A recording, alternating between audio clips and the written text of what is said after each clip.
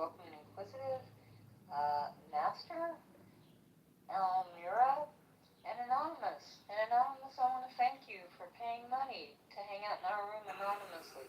But it would be really nice if you came and showed your face, so we can go ahead and talk to you too. What's up, Master? Nah, I'm good. People, how you all doing? Good day, I hope. Good. Yeah, for sure. Welcome in. Another day, that's it. Welcome to Hell. You are a house member, man. It's good to see you. Yeah, I'm tired of the show, for sure. That's what's up. Definitely, yeah. Welcome, everybody. But yeah, proceed. I'm trying to just get with the logistics of what's going on.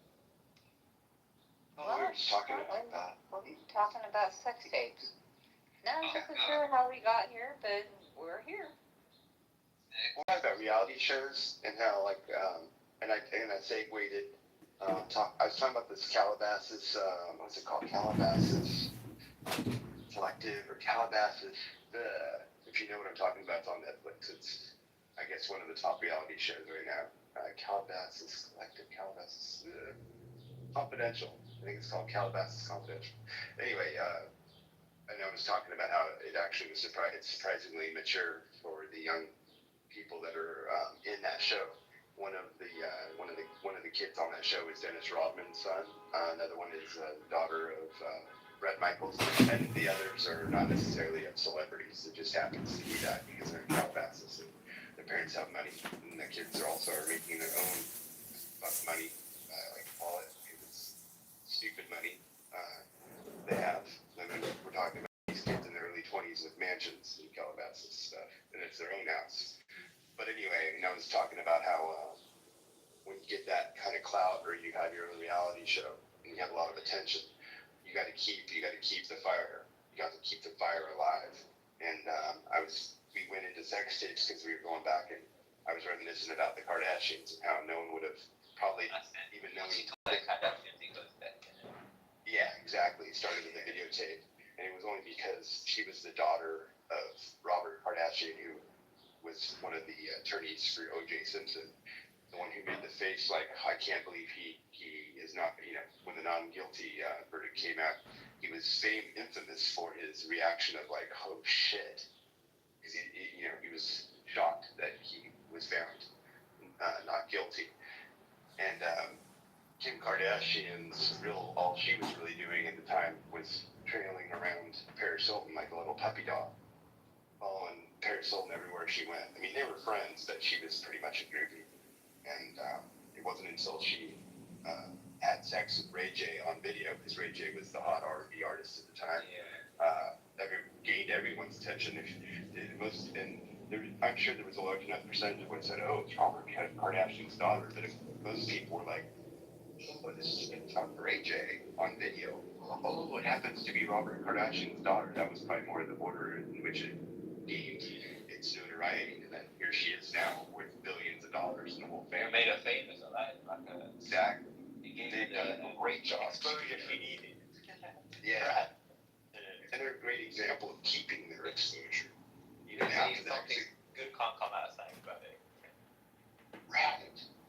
Well, being able to keep that going. She could have just had that moment and lost all the money. It's like the moment of the Island Boys that were really popular on social media. Now that the broken boys have no money and the brother's like drugged out and barely wipe his ass, and the other one's literally the other day I saw. Is that the Island Boys? Yeah, the Island Boy. Oh God, those guys are straight fucking clowns, dude. Slowly, bro. But they even had to do what they had to do to get to where they are, right? Yeah, like I watch it just for this, how terrible it's gotten. Like he was literally on Kodiak Red, which is one of the dudes from the Island Boys, was on literally at like the other day, and he only had like 230 people on his live. But normally he was having like 2,000 to 10,000 plus people watching. He was like in this dark room by himself talking. I mean, talk about going from a high to an extreme low. But yeah. Did you hear rumor that I heard rumor that their dad was Epstein?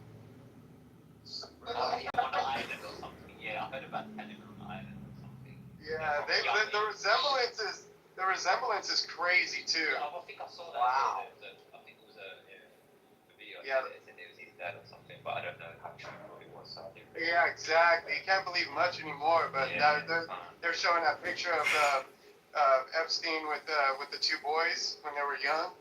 Yeah. I see it. Yeah, and amongst a load of other people as well. But yeah. You really think it was his kids? Dude, the resemblance is That's crazy. that's the way they were trying to portray it, but you know, we don't know for sure. That's wild. Wow, I didn't hear. I've not heard that one. That's Yeah. true.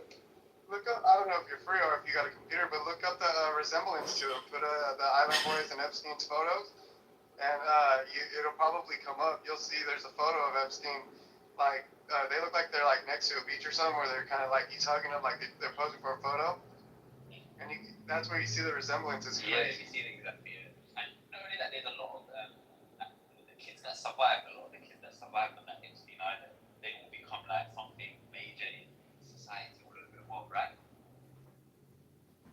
Also seeing something like that, but they've gone into like government places or. They had all kinds of money too. They just burned through it. Or became some sort of celebrity or something. Yeah, they were given something. Yeah, I was watching a live. Like it's so funny because I'm not constantly on, but I was on live TikTok live, and they were so popular. They were popping up on my feeds, and so I'm watching it. He's literally with one of his girlfriends at one point. He goes to his closet where it's safe, and just pulls out this like big stack in his hands of $100 bills in both hands, and it's just showing it off. And then I remember it wasn't too much later after that someone had broken into their home. I was like, yeah, that's kind of stupid. Yeah, let's show people where our money is. Someone's gonna like, you know. Probably want the attention. You never know. Right. You know. Right. They're not the smartest boys.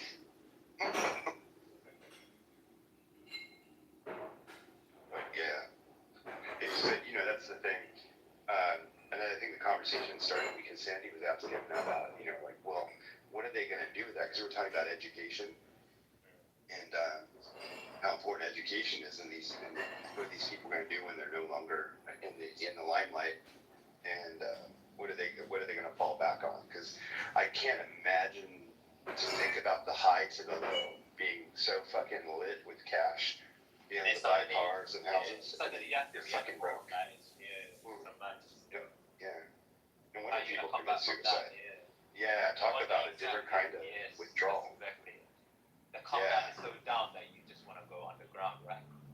Serious. Yeah, real talk. That's why like the people when they see crazy money like that, it's crazy living a normal life. It's impossible. You can come back from that. Yeah, I wouldn't want that life.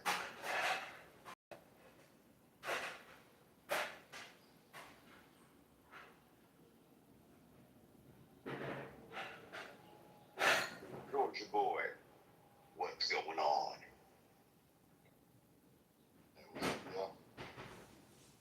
You're actually not awake. You're imagining you're awake. Nothing is what you think it is. Your nose is actually not big, it's super small. Motherfucker. You think you're in alien's paradise. It's all an illusion. It's an illusion. Nothing is what you think it is. You motherfucker.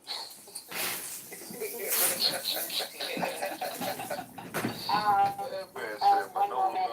So yeah, welcome back, Georgia boy, and also hello Pam down there in the group, and to the two non eggplant and magic wand. Welcome to Helen's Paradise. Thank you for joining us. Is that a magic wand? It's a magic. What is yeah, that? Magic wand. Yeah. Magician. Oh, there it is. Okay, I'm like looking at it. I'm having to squint. My eyes are not able to see that.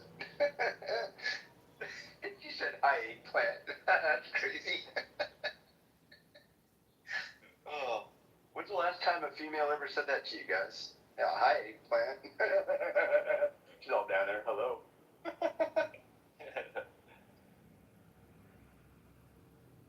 Why everyone's having a good morning. It's Tuesday. And, yeah, it's Tuesday. Get your tacos on. Discounts on tacos, y'all. Taco Tuesday. Gosh, my dirty mind. Taco Tuesday. That's right. Taco Tuesday.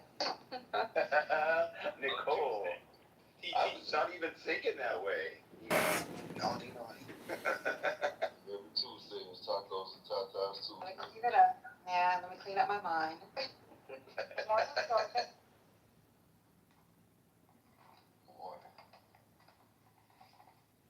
Did you get yourself some sleep finally? yeah, I went to bed probably about 4 or 5 or somewhere in the look. So you got a couple of cat naps done or something, huh? Yeah, I called off work today too. I told my boss If any cell phone footage or surveillance footage, body cam or maybe cameras You can stay positioned home at and the school, hang out with us. capture anything that supports this Yeah, I'm employee's taking a day. defense. I ain't And if gonna so, take the judge, if he's right Well, to that's judge, good. Nice. will look at the evidence You and gonna stay say, at your mom's? Yeah, she told me she want me to, so I'm not gonna throw the look book at this around young still. man. So we will see. We appreciate your on the ground reporting, Yeah, that's Mr. right. Therapist. What's going on? I appreciate that. But again, I think doing the civic duty, I think this is going to be one of the main points that I really want to point out. Because again, when you engage and you participate in it, we are not use weight, if you catch my drift. We are not utilize weight when it comes to scaling the balances out of our justice system. All right. So I want us to know just who Judge John Roach is. Okay. Also, when I was with the general public, I had received some intel, potential intel, maybe truthful, maybe not, but giving me intel in regards to how that day of the incident had occurred. Okay. This undisclosed source told me that allegedly during this incident, the reason why the tents that were down because of weather implementation. Okay. So it was windy, it was raining, and this was an all-day track and field event. I hate to play the So, manager card, but when you're on the because clock, it was I expect raining, you to because it was windy, There's a lot less some accountability. Oh my god. the superintendents or So staff, it's really lucky in that order for the because tent the not to be insurance blown didn't really away, cover the damage to the party bus. they had, they have closed You down, think they I would put be down doing their this if tents. I had $5,000? Look, I'm Now, sorry, the but only you did school the that damage, didn't put so down you're their gonna have tent to figure it out. Was the school Hey, Mindy, where I've recently Carmela been hit with Anthony some unexpected and expenses, and that plus Austin my Metcalf were under. What? Alright. You can't even slice But due to the weather implementation or due to the change of the weather, there was a delayed game. Next initiative, Samantha. So Yeah, it's not a during this delayed game, Anyway, here's your alright, paycheck. this is where Silver paycheck. students would commonly, down payment, bitch. socialize. Okay? So I think this incident happened either between 11 a.m. or 1 p.m. Samantha. Okay? I So can during see that you. time, you got delayed game. This I is hate to where play the manager allegedly card. Carmela Anthony and Austin Metcalf were socializing, not with each other, but just generally just socializing with their competitors and their peers. Okay? They also told me that there is a possibility, not saying it's true or not, I just want to put that disclosure in there. There is a possibility that the Metcalf boys were not on the track and field team. Alright. They weren't at the track and they weren't on the track and field team. Alright. This is allegedly. But they were at the event. I believe it was confirmed that Carmelo Anthony was on the track team, but again, like I said, this may not be true. And plus, if they weren't on the team, doesn't mean that they weren't being supporters of the team as well. So that was gonna be some questions I'm gonna start looking into and asking, just to be able to give a little bit more nuance to it. Okay. Another thing. Now, when you did your jury duty, did your judge provide like a civics test? No. Okay. No civics test, no. All right. Like, did the judge ever ask you why it's important that people, why we have jurors in America? No. Did he become a professor by any chance? Nope. Every jury duty was always when it came around to ask it, each juror question was expounded professional, like what did you do? Okay. All right. So my experiences was this Judge John Roach, he was giving the jurors the prospects of questions, answers. When did America start having jurors in our court system? Why is it important that we have evidence? What is considered evidence? What is considered, misconduct? What is considered biases? And the jurors did have to answer that question. That wasn't a rhetorical question. They were all answers. Okay? These were all questions that the jurors had to answer. So, some people thought that was a good thing.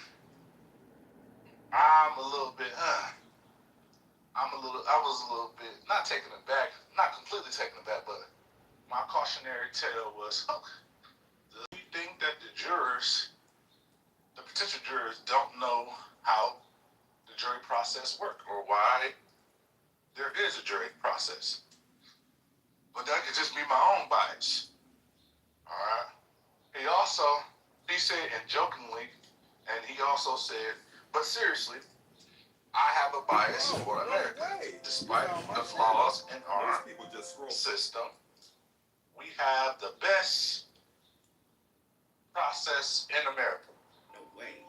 Then he asked jurors, do you disagree with that? He said, despite our flaws in America, our judiciary process, it has some issues, but America is the greatest country in the world. Does anybody disagree with that? And he made jurors answer that question. And some jurors said, not America isn't only the greatest country in America. And the prosecutors and the defense attorney, they wrote on their little notebooks. So now when you say that the jurors are being hand-selected and they want the most fundamentally competent, but not having the ability to inquire more about evidence, you have a point, a strong point to say, you know what?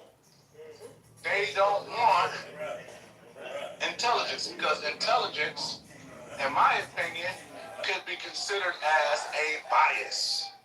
Okay? It could be considered a bias. If you are too smart for your own good, or if you have a belief or an intelligence or an indoctrination, you may be considered biased. That's what I said. I don't understand where everybody buys foundation. I agree with the lady on Trump Candy from LA. They've been doing that for like the last 20, 15 years. My mom was telling me she got selected for jury a few times. I got selected for jury once, right when I started like yeah, these motherfuckers be different. Alright, they trying to be different motherfuckers. There's no such thing as a person not having a bias. I mean, no sense. Any people who come from different countries, they all bias in anything. And their own way of life, and their own mission, they got their own role, beliefs, laws, religion, all that shit, got their own shit, and they come here trying to adapt to this shit. Or the white man keeps telling them how to adapt. Alright, they think I'm gonna be like all these motherfuckers in this white people. Who everybody got a vibe. But what I am expressing to you, if your bias is apparent, you are not selected into the jury. If you have any form of intelligence, or if you have any thought-provoking questions, or if you can think abstractly, you will not be selected in the jury. Is what I'm saying. Yeah, that's ridiculous. That's kind of stuff. That's why we supposed to. The jury system is ass. The judges are ass. The judicial system is ass. The justice system is ass. Especially for a black man in a white country, it's ass. Look, when you in China, you sit on a jury, right? You sit on a jury or you on trial and you got niggas on the jury. All them bitches is Chinese. All of them. You understand that? You might worry about this, that, third. You in Saudi Arabia, you on trial, everybody on that jury, they all Saudi. The judge is Saudi, your lawyer is Saudi, the defense attorney, the prosecutor is Saudi. Everybody. Man, we at odds. It's never going to be equal playing with these people. Understand? But aren't everybody American that serves on those juries? Yeah, but you know what the fuck he's talking about. When that nigga talk about China, nigga, them is Chinese. When that nigga talk about Saudi, nigga, them niggas is Wahhabis, nigga, House of Saud, nigga. Those are what you call racial, homogenous societies. The same ones I've been telling niggas that those are the only places where socialism works. Socialism doesn't work when you have minority groups like Black Americans, Native Americans, etc. Yeah, he spit. That's a fact. And how do we not see that? How the fuck do we still trying to we gotta believe it? These niggas are educated niggas. You know, you talking to the two Negroes in this room who got the white man certificate. That's brother Stephanie. And the hood Stephanie. Those are the educated Negroes. So they're gonna spot certain things that only educated niggas see. Like this jury fuckery. I would have never seen this just because I expect it. But educated niggas don't. They've been educated on how to articulate. So let's let resident educated niggas educate us. It's some super educated shit for me too, and I can't hard niggas be too smart for their own good. You missing the big picture. Well, no, I think the point he's making is specific to this case. Nigga, we already see the judge is setting us up for some fuckery. Is that what you're saying, brother? The chances of you seeing this? Yes. To sum it up. We understand that all of these Peckerwood judges, when they go in there with the fuckery, they all set the jury up just in a different way. We've been around long enough that we should be able to recognize the fuckery from someone like in them out of there. Right? So I can follow all of that. You know what I mean? Now where I get a little lost at is where we act like this is stupid. I'm talking to a nigga who's been on trial. That is the box. Had to come back, nigga, for this goddamn sentence. Yeah. You didn't get to go nowhere. Nigga had to hit the handcuffs and go up under the jail. Nigga back to the holding tank. Hello. I am the token. Niggas can talk about. We can talk about juries in this motherfucker, but nigga, I could talk about a jury in this motherfucker. You know what I'm saying? Type shit. Look, I hear you, twin, but you know my daddy did 21, my uncle did 22, so I might be able to talk about it more than you niggas who's locked the fuck up. So I was out here trying to put the footwork in for you niggas. All right. Stay your ass out of jail, nigga. About that hoe. I got myself about that. Damn, you ain't had no support system then, gang. You need some niggas around you. No, I had a hell of a support system. I got myself about that hoe. Nigga, I would've got you about that hoe. Listen, how you got up out that master class? You should be charging niggas fees to explain to them how you got up out that jam. Especially brothers that are still in the jam. No, I'm not even being funny. That is a master Oh, God. $99 minimum. 99 a month. Well, I am the token white guy on stage. If you want direct access to the white intellectual community of lawyers and judges, I charge a monthly recurring subscription fee of $39.99. I'm happy to be here with you all. Hit me up in the DMs. I look forward to servicing all your crimes. Kitover. You know, it never ceases to amaze me when I'm just randomly not looking at the phone and all of a sudden I just hear your voice. Okay? And it always gives me a chuckle. Anybody have a question for the resident white man? Yeah, I have a question. Have you been following the Carmelo Anthony trial? Of course not. I've only been following the Charlie Kirk trial because that directly impacts white people. He said that. He said that. Bitch, you in the Matrix. Bitch, you in the Matrix. Don't do that. No,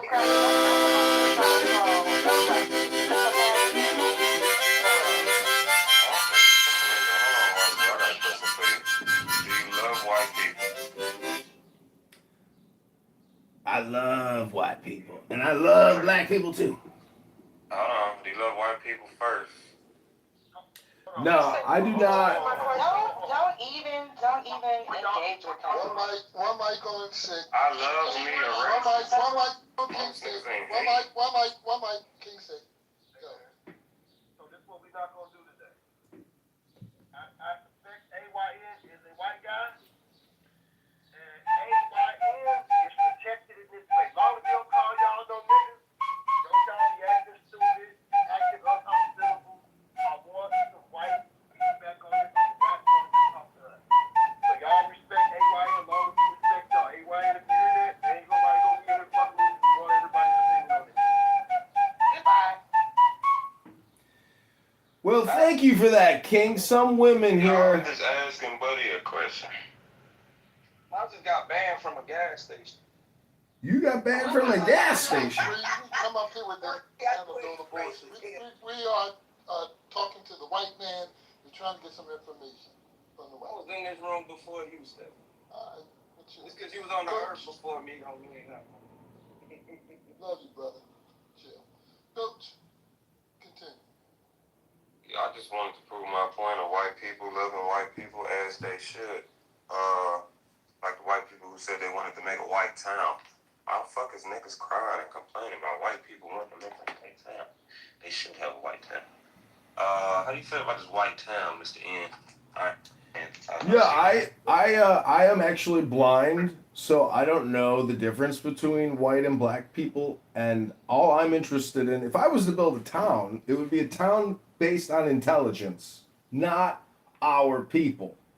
And so intelligence supersedes, knowledge supersedes all this racial ideological identity politics. I'm interested in intelligence and knowledge and trading to make money. That's the most ridiculous thing I've ever heard, brother. Well, no, he's got a point though, and I'm not trying to listen. I'm not put on her a cake for the white man cake. I'm saying, what's wrong with a town built on intelligent people? Intelligent people will build and grow the town, right? Sustain the town, infrastructure, business opportunities, job opportunities. Is that? There's not unintelligent people. There's not enough intelligent people. Doesn't matter if there's enough. It's not lineage based. I don't care. I got cousins who's slow. I'm not finna cut them off because they slow. I love them to death. I die for them. Still today. Look, that's not how shit work, right? You go to other countries still. They don't. Let's get rid of our unintelligent people. No. We still love our people. Duh. Plus on top of it, It's just a hypothetical. It's not. Nobody you, whether or not you were intelligent, you didn't have any choices. Like people, not some people. Everybody has different capacities. And so just because of people lack a certain capacity doesn't mean you throw them out the So I didn't hear any accessibility features being used while he's on his phone. So he's definitely not blind. Or I don't know what he's talking He's about. definitely not blind. I can see blind. We know that boy, No, I'm blind to race. I'm blind to race. Yeah, but the truth of the matter is, here's the thing, right? To me, when it comes to black people, is you can't be pro-black, only be pro certain black people. You know what I'm saying? And that's how a lot of people are opposed. They only pro some of the black people. And even an example of only being pro intelligent black people. Now, I do think that the people who are intelligent, the people who do know, like, it's our job or their job to, create a way for the rest of us, because, that's how it works in general. Like, this idea of this all of us doing the same thing is not how it works. It's usually a few that make preparations and create a way for the rest. Not, demanding that everybody do this and do that. Like, that's not how it works, and that's not an effective strategy. The more effective strategy is a few people pave the way for the rest, and that's how it works. That's what the boule wants y'all to think, huh? The boule? Well, that's not what the boule wants to Hey, nigga, what the fuck? I'm talking about boule ass niggas, bro. What the hell you talking about? I'm not saying. Yeah, let me finish what I'm saying, bro. I'm trying to make a point. Coach, you tripping, bro. I'm next. Real quick. Coach, you gotta relax, bro. I'm relaxed, nigga. It's my turn to speak. That nigga Lloyd cut me off. I let him cook, nigga. Oh, my bad, coach. All good, brother. I'm just trying to finish what I'm saying. And you got it, Coach. Let me just remind you guys, just a gentle reminder, that this is King Six House, his room. Tsunami or whoever might be in the top, whoever opens the room, God bless them. But please, we don't want King Six to leave his space. Okay? So when he speaks, y'all just let King. No, it cracks me up how niggas will complain about getting cut off. Nigga, I get cut off in my own face with the mic and don't be bitching about it. Y'all got it, man. I let the nigga cut me off, nigga. That's what I just fucking said. I let the nigga cut me off. Let the nigga go. I just said that. Okay, Coach.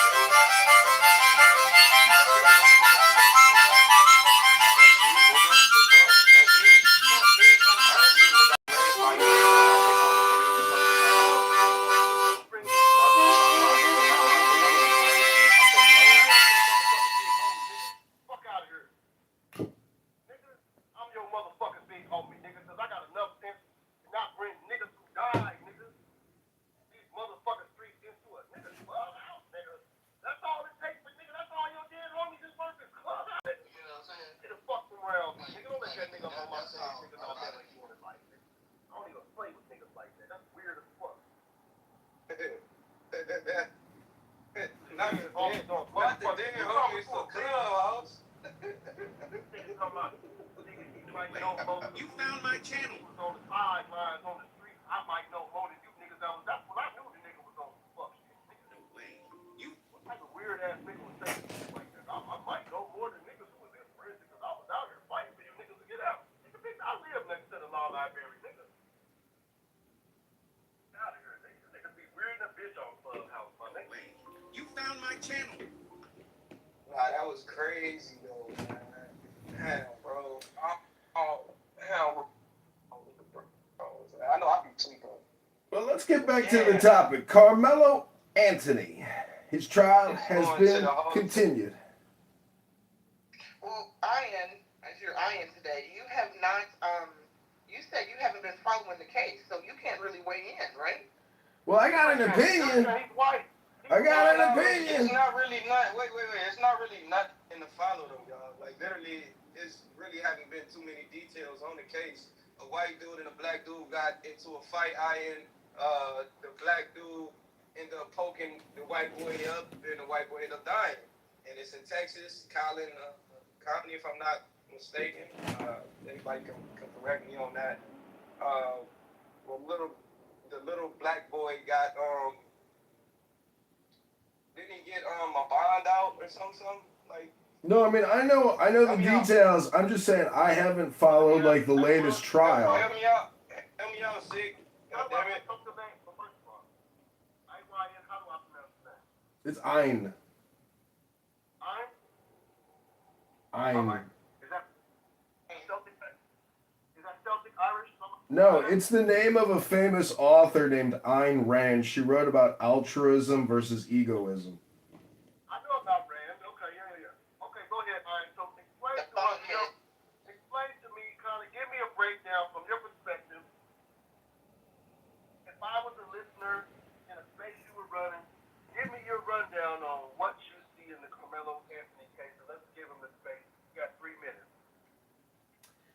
Yeah, it's just a great tragedy that this young person died as a result of this other person, pulling a knife out and sticking it in him.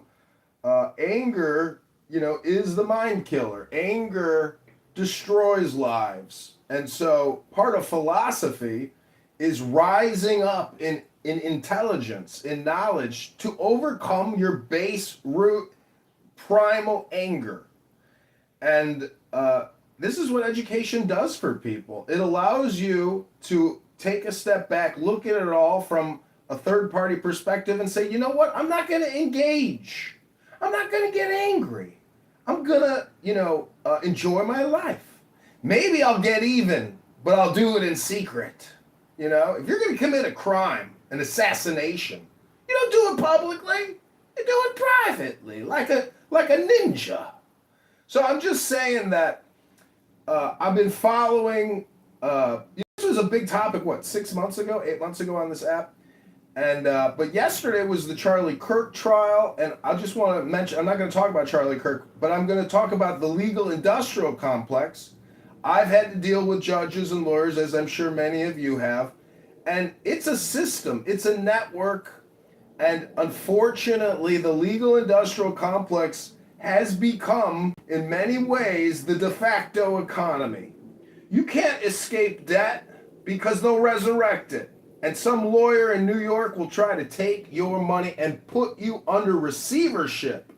They will literally siphon your funds, take everything you have, and put a new tax on you, on your wage garnishment. So the truth is, everybody should be a lawyer, and then we should have a higher level of law, which is like at the graduate and PhD level. Those are the people who should be actually in charge of the courts, not a political clique. Because when you run for a judgeship, you run as a Democrat or you run as a Republican or as an independent. What the fuck does your political affiliation have to do with your position as a judge of society?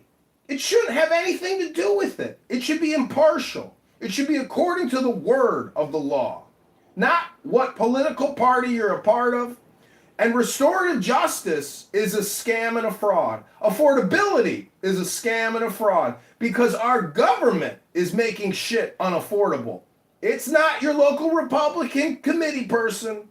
It's not your Republican government. It's the fucking federal government, which is $40 trillion in debt. And your state governments, which are $200 billion in debt, and your city government, which is $50 billion in debt. Isn't there one fucking town in America with a surplus? So we live with a bunch of thieves, we live with a bunch of liars, and it's a game. And it's who can get the most before they die, apparently. It's not about actual truth and intelligence and transparency. And again, the restorative justice aspect is all a fraud. If you kill somebody, make the punishment fit the crime.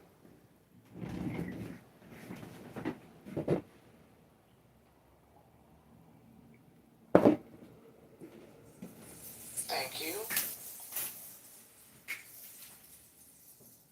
Quick room refresh till we go to the next speaker. Welcome to I just wanted to see if anybody had any comments on what I said about his perspective of it. I thought it was quite interesting. Well, I definitely agree with his point about what is your position as a judge. You know, your political position should have nothing to do with your ability to, look at the evidence, hear testimony, right, and dole out justice. I mean, here. That's my position. So here. I mean, some facts and evidence.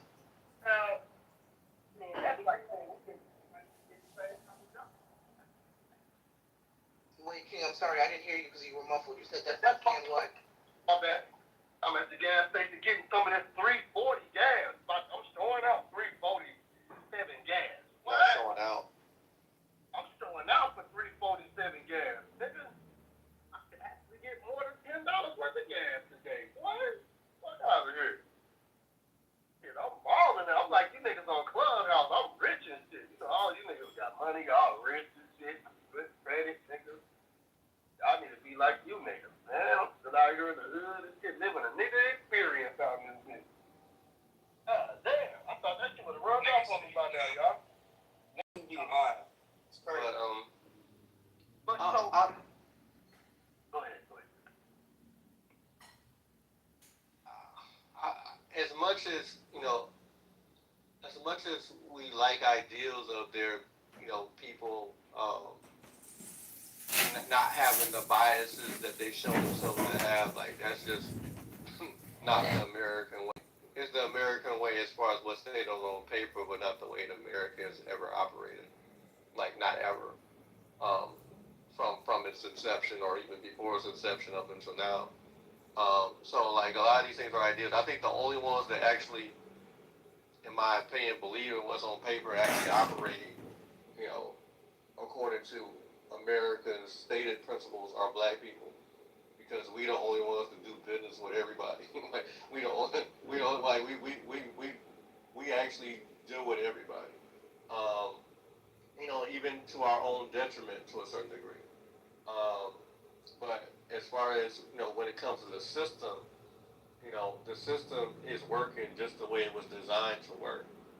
You know, even when you look at, you know, when you talk about the debt is even there by design. That's how everything operates. If the national debt was ever paid, it would totally collapse the whole system. It's designed to operate off of debt. It's designed so that the many can support the few. That's all by design. Because here's the thing: if you paid everybody a decent wage, and guess we know what happened? Then people wouldn't do the stuff that nobody wants to do. All of the tasks that nobody wants to do, there would be no motivation for them to do that. So that's why it's by design. There's always going to be poor people. There's always going to be people who are at a disadvantage, and unfortunately, you know, that has been black people. And I think we have to stop identifying as laborers. We have to stop identifying as laborers.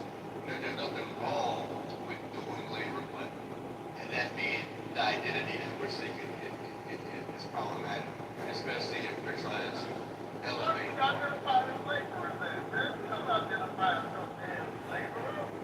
I hear you.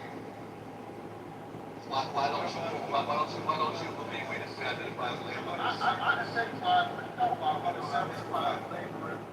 All you gotta do is look at all the effort I gotta put in to niggas who want to be all the builders. Because everybody tells me nobody wants to do their job because the jobs don't make no money. Even though I speak the language and work with the people who get all the goddamn money, nigga, they look just fine over there and they motherfuckers $800,000 house. But they're laborers. We don't identify as laborers because we feel sorry for all the illegal immigrants who came across the border to work something but 100%. Laborers. You don't identify as laborers. Well, we probably would be out here and nigga have no problem with the fact that every way we see laborers ain't. Well, if we identified as laborers, we probably would be out here standing against immigration instead of being the motherfucking doormat welcoming it, begging for it. You found my channel. Well, I mean, this country was a country of immigrants anyway. So, being against immigration is kind of contradictory at its very core. No, that's not true. That's not true. We disagree, which is fine. But as far as, you know, when you I disagree in fact. So we can run that. We can run that one. There's plenty of America that to go around. America identifies as a nation of immigrants. Is what you said? I said this is I didn't say we identify, but this is what it is. It's I'm not going to ask you to identified, like or this is what it subscribe, is. but if you do, thank you so much. It means the world to me that you are watching this. Oh, before What are we talking about? No. We're talking about in a time where we're talking about disingenuous at all? It is disingenuous based on the scholarship. Because the scholarship would suggest that what immigration policy existed at the time we're calling these people immigrants? None. So what's even called immigration at that point? No. Was everybody who arrived here at some point immigrants? Yes. Even the people who supposedly crossed the Bering Strait were also immigrants. Even the Moors who came here in the whatever century you want to believe, whether it was the 5th, the 7th, or the 15th. Bottom line is that when we talk about immigration with an I. See, we're not talking about immigration with an E. It's different. See, people immigrate all the time. You know what I'm saying? But we talk about immigration with an I. There's a certain group of parameters that must be set up. One of those is actual immigration laws. So if people show up before they legalize immigration. My brain! It's my brain! And once we set up laws, then you become immigrants with an I. Oh my God, did I just teach niggas the difference between I immigration? You're in prison! It's a difference. That's your argument? I'm from here. Yo. I'm at the second best place besides, But I don't know where you from, but I'm from here. That's a clear argument. Is your lineage? Let me restate it so we Yes. be clear on what the argument is. Now the argument is this, is that if you have immigration, right, in a country that has no immigration law, that is not even a nation that could even accept immigrants because they don't have any immigration rules, no regulations, no laws for it or against it. And that's what we had here in America. We didn't have a place where there was like an immigration quota or immigration laws, where there could be immigration standards, standardized immigration. None of that exists here. So what I'm saying is that when we call these people immigrants, you found my channel. To some degree, yeah, we're saying they're not from here, they came from somewhere else. We all understand that. But they didn't come from somewhere else to America, in America. Okay, my friend, I'm gonna let that simmer. Where are you? You're at the pastry shop. I'm at the gym.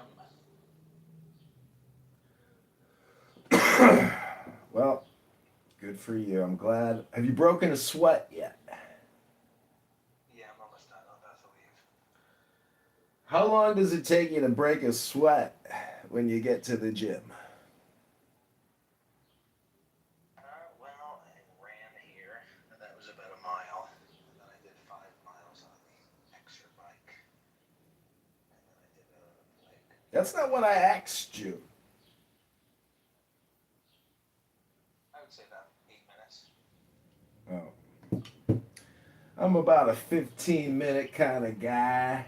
Takes me about 15 minutes on average for the body to start flowing like a waterfall. A waterfall. And that's cool, which is fine. I did it. Can't argue about what it ain't. We gotta argue about what it is. Don't make me the nigga who like what it is because I'm willing to point out what it is. That just makes it what it is. I mean, well, what it is people came here and now they want to make rules about other people coming here. But no, this country is run by a bunch of people who did not come from here. Whether you want to use immigration with an E or immigration with an I is totally irrelevant.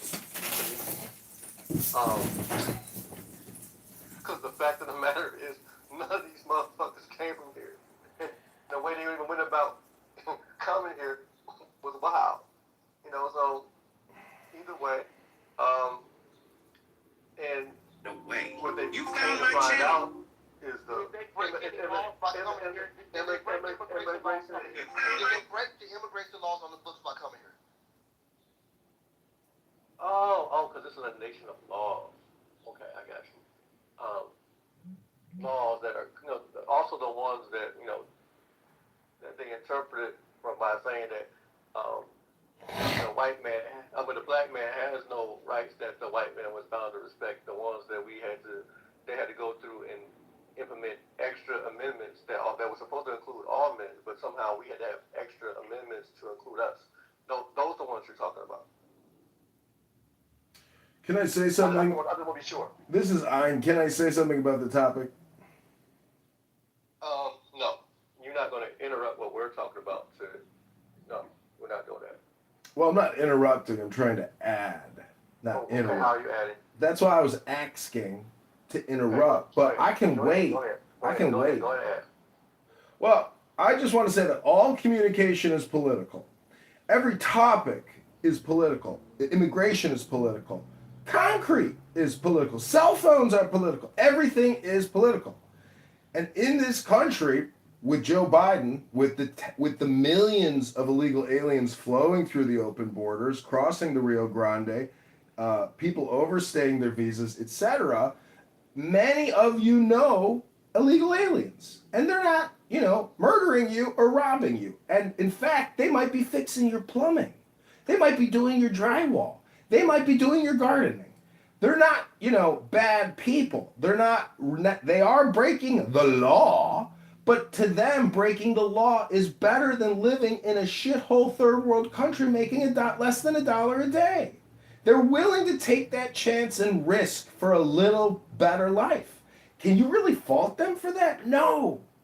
But again, it's political. So the Democrats know that an illegal alien is 99.99% guaranteed to vote Democrat if they can get to a ballot to vote. And the government now with Donald Trump is trying to restrict unrestricted voting. And again, it's always political. The problem with bringing in so many illegal aliens is that it guarantees a Democrat supermajority all the time. If we don't have the opportunity to flip our government left to right, right to left, left to right, we can't rotate. We can't dance. This country will become a fascist shithole of wokeism. Is your son transgender yet? Has your son decided to mutilate his body and remove his penis yet to conform with social values? We have to question the values in society. We have to actually have some kind of value, not this supposed fake artificial values that we call values. Those values came over here with the Europeans who came and colonized the land. They brought that with them. And we have yet to experience this Democratic supermajority that you're talking about. And pray we never do experience. We've seen it in cities. It's not something that didn't happen. We've seen it in cities. We haven't seen it as the United States as a whole, but we've seen it in cities, and we've seen the disaster that a lot of it has done to the cities. Look at LA. Matter of fact, look at Cali as a whole. It's being destroyed. But what we have seen is that the majority of the country is not cities, right? And so, that's also why we have the back and forth. That's the reason why, when we look at, when they talk about how everything's being redistricted as far as the votes and stuff because of the Voting Rights Act, it being repealed is what they call it, being gutted. It really isn't doing a whole lot because unless they're going to district everything according to population, which would actually give more representation or proper representation, it's never going to be quote unquote fair anyway. So area that has approximately about a couple of thousand people will have just as much say so as an area that has a few million because it's not being redistricted according to population, it's being redistricted according to just regions.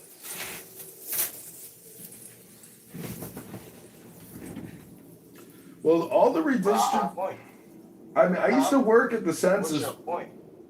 The point is it isn't going to be fair. The point is that even despite the fact that there's a super majority of Democrats, you found my channel. I'm not going to ask you to like or subscribe. They don't have as much say. You found my. Why do you think that? Now let's just look at Chicago. I just described it. I'm gonna describe an example. Let's look at Chicago when Chicago was dealing with the migrant crisis. And that coon-ass mayor elected by the teachers board and the super Democrat majority there in Chicago, when he said no to federal government coming in and getting control there in Chicago. It wasn't that the city didn't have control and the federal government or the state government had more power than the city of Chicago did. It's called sanctuary cities, not sanctuary states. And in order to be a sanctuary city, the city itself must be autonomous to some degree, must it not? Or the whole state would look alike. But I guarantee you, I can show you cities in Florida where you got a sanctuary city like Miami. They better not bring that shit to motherfucking Polk County, though. You'll find they motherfucking ass on the first thing smoking back to wherever the fuck they came from. I'll tell you that shit right now. You don't sanctuary no motherfucking Lakeland. Take your ass to Lakeland talking about, oh, it's a sanctuary city. Go to Haines City talking about, it's a sanctuary city. Yeah, right. So, them cities got a lot of power. Chicago has almost a $20 billion a year annual budget, and the Aldermanic Council voted the sanctuary city status. Brandon Johnson just borrowed $1 billion, and now he's giving out $70,000 checks to families that want to put money down on a house. When did a city and a government ever start handing out checks for down payments on mortgages by taxing other people? This is all wealth redistribution. During redlining of black communities in the 1910s and 20s, when the federal government established these organizations under what we call the New Deal, immediately after being established under the New Deal, these organizations began redlining and locking black communities, black families out. Not only did they do that, they created today what we call the modern day suburban neighborhood. They were called Levitt Town homes, Leavitt, Levitt Town. And so this was a Jewish man, Abraham Levitt, and his Jewish son, also white, right? Because they're white Jews, so they're white and Jewish. They're not either or. They're both. They're white. Levittown, Pennsylvania. Levittown, Pennsylvania. Your mic is covered, King. We can't hear you. You sound like you're far away. My window's down. Yeah, I was gonna say, maybe what you said, you go back like 15 or 20 seconds. I said about Levittown homes, but I think brother Stephen Burns just said Levittown homes is America's first, when you walk into the neighborhoods and all the houses look alike, the cookie cutter homes, like most neighborhoods in America, even the rich homes, cookie cutter houses, right? And so this was Levittown homes. And whites were able to do this, GI Bill, and with federal home loans, the FHA loans, that was given by the government. The same government that had collected black American tax dollars to give redistributing that wealth back to them when they were literally giving out, giving away. Not only that, that wasn't the only time, right? Also, you can look back to American history of the thing called the Homestead Act, where America gave away hundreds of millions of acres of land free of charge. The only qualification you had to have to be white and head of household. You get Iowa, Nebraska, many other states in the Midwest were created almost entirely from the Homestead Act. Then not only did they give them those free homes, those free homesteads, they then built Kansas State, Iowa State, Ohio State, Penn State, and state agricultural colleges to then be able to educate these whites who had no role the evidence in the for the narrative economics is all over Elon Musk's X space. If you X account, if you do want to see the evidence, and unlike an actual trial in the real world, where actually I just got off of a conference call and a status hearing with a judge and attorney because I'm suing the federal government, this is not an actual courtroom, Steve. This is a conference call for strokers. It's on dinner for schmucks. Welcome to your reality. Hello? Those would be 2 times in American history. The whole goddamn country in some cases handed out free because even equivalent to a home to white Americans. When you start, the evidence would just be catching up. Yeah, I mean, listen, I'm not saying that all these things haven't happened already. There's nothing new under the sun. I'm just making an argument. You just said when you, I just want you to be consistent with what you're saying. You just said, when did this ever happen? Okay, got it. I'm So correct. I'm correct. You did insinuate that, but Yeah. Okay. Well, you correct. the history. Okay, well, I stand corrected, but I'm just see, my name is Ayn Rand because I'm reading a book called The Virtue of Selfishness. Statistically, economically, running a business as an altruism, you can't run a business like that. You can't open a pizza shop and give out 51% of your pies for free. So, all I'm advocating for is naturalness, a natural economy, not this fake, artificially stimulated economy that we spend 7 trillion plus a year at the federal level and only take in 5 trillion. I'm just saying that How would a natural economy work? it would actually be a balanced economy, meaning that we would have a balanced budget with no debt. We have to start paying the debt. Otherwise, services Why do we will. have to pay the debt? Well, we don't necessarily just have to pay it. We can actually cancel it. We can do debt resolution, debt negotiation. This is the future of politics, future economy. The country has reached a tipping point. Made to run Lloyd, just let him get his point across. See, when you say the system is engineered to keep the people working to serve the top 1%, 10%, etc., I'm not saying that you're not right, because the banking industrial complex, with interests and loans, and then ultimately, if you can't pay back those loans, they start doing wage garnishments, and now you become a debt slave. We technically shouldn't have debt slaves in this country, but we have men and women, whether it's child support or whether it's other forms of debt, they're, half of their life is just servicing debt. You work 3 out of 5 days a week just to pay your taxes. So I'm just saying that, according to Ayn Rand, the future economy is always a capitalist economy because it's the most efficient economy. But look at Peter Thiel, one of the richest men in the world, who started Palantir and PayPal. He just left America. He moved to Argentina because he believes that he will be a political target if and when Trump is gone from office. He thinks that the Democrats are going to arrest him. So he got the fuck out. And that's because he knows the Democrats are that big. The Democrat industrial complex is massive. It is huge. It controls the top 10 cities. It controls the federal government. And it is an ideology. It is a culture. And it is a big part of American culture. And I'm just saying that even a conservative, fiscally minded libertarian, at some point, eventually, when things get so bad and Democrats mismanage the system so much and they're so clownish and so crazy and just delusional, they think taking from somebody to give from somebody else is the basis of an economy. That's not. The basis of an economy is running a business profitably. It's a simple equation.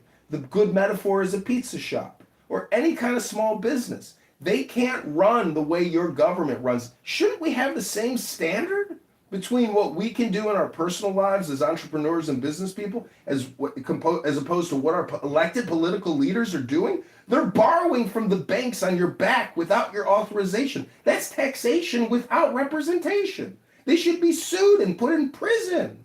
These people are not fiscally efficient. They are criminal liars and fraudsters giving out billions to NGOs to kick back into their own bank accounts. This is a fucking scheme, a scam, a skim. Wake the fuck up. Fight back.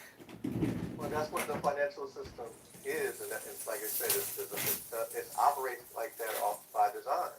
And so when you look at the debt, there's people that make money off of the debt of the U.S. because from the payments that they make. And so it's never about paying off the debt. It's never going to be about paying off the debt, like ever. So the national debt will never ever be paid. It would totally collapse the financial system.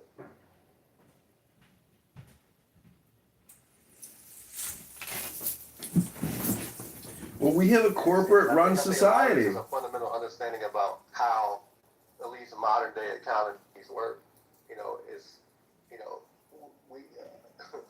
We look at, what they're doing is they're leveraging that to be able to do the things that they do. And there's a lot of modern day corporations that operate the same way. Many of the most powerful companies that operate off the same way. Then there's also such thing as capitalization. And so it's not about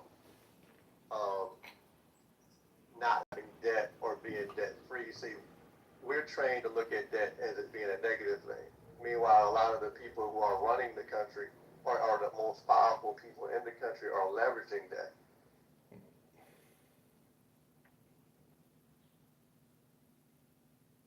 Again, interest is a business. I'm just advocating for liberality. The liberals are cultural liberals. They're not economic liberals, meaning that I should be able to compete with Pizza Hut and Taco Bell in an unrestricted manner. But the government comes in and says, no, no, no, no, no. You can't operate this little tiny business on the street. You got to have an actual, licensed, permitted facility. And so I'm just advocating. Well, who pushes those policies though, right? We know who pushes the policies. Just like when we talk about local government, it's not really about the political party that's in power. It's about the businesses that are in power, the businesses that have influence in a particular governments, whether it's city, state, where it's businesses that run this country. That they're the ones that pay the money to get policy passed through. They're the ones that that make it so, or that pay the money for there to be restrictions of who can have a license to do this, who has to get approval to do that. It's all by design, and there are a lot of those behind it. Matter of fact, the school system that we all participate in was instituted by businessmen, right? And so I think a lot of us are, when we argue these points, we're arguing based on the way things were marketed, not based on how they were actually instituted, or understanding the real purpose of these things. I get it, the but school system was made to groom workers, and the corporations were meant to collect taxes on behalf of the government, and so that's part of the pipeline. People talk about the school to prison pipeline, and that there's definitely one, but there's also a school to worker pipeline, where they make sure that they're able to collect what they collect. So that's the reason why these companies, they get the tax cuts and the things they get, because they are doing a service to the government. I get it, but history shows us that, like what Pharaoh said, let it be said, let it be written, so let it be done. And countries come and go, political movements come and go. Change is actually the normal and the standard. So I'm just saying that, Ayn Rand was very popular as a publisher in the 60s because at that time, America was actually ramping up its socialism. Socialism does not create abundance. It creates misery. It's death by altruism. It's a social suicide. Strength is joy. Is anybody here living in strength and joy? Have you noticed that the greater your strength, the greater your joy? The more joy you have, the greater your strength? Has anyone noticed that? Do you know how to build strength and joy? I'm talking about the basis of economy. Our economy is 40% borrowed. Every single year, we have to borrow 40% to fund our minimum basic requirements. I'm just saying. Now, here's the thing with that. Whose fault is that, though? Whose fault is that? Whose fault is that? When we talk about No comment? we talk about No comment English? No comment English? I speak English. It's the government's fault. It's our elected leaders. It's the people electing these people. But the problem is, the elected leaders. Whose fault is that? It's not the people's fault. The system is rigged. It's the people's fault. Sir? And it is the white people's fault. It's the white people's fault. The failure of America will always be in the hands of racist white Americans. I mean, this is the beauty of racism. The beauty of racism is you allowed for there to be a back door, ladies and gentlemen. And what was the back door? The back door was Black America. In 1960, America was 88.6 white, 10.5% black, for a total of 99.1%. Wasn't no Saudi Arabia's motherfuckers own shit over here. Wasn't no Chinese motherfuckers owning manufacturing and agriculture over here.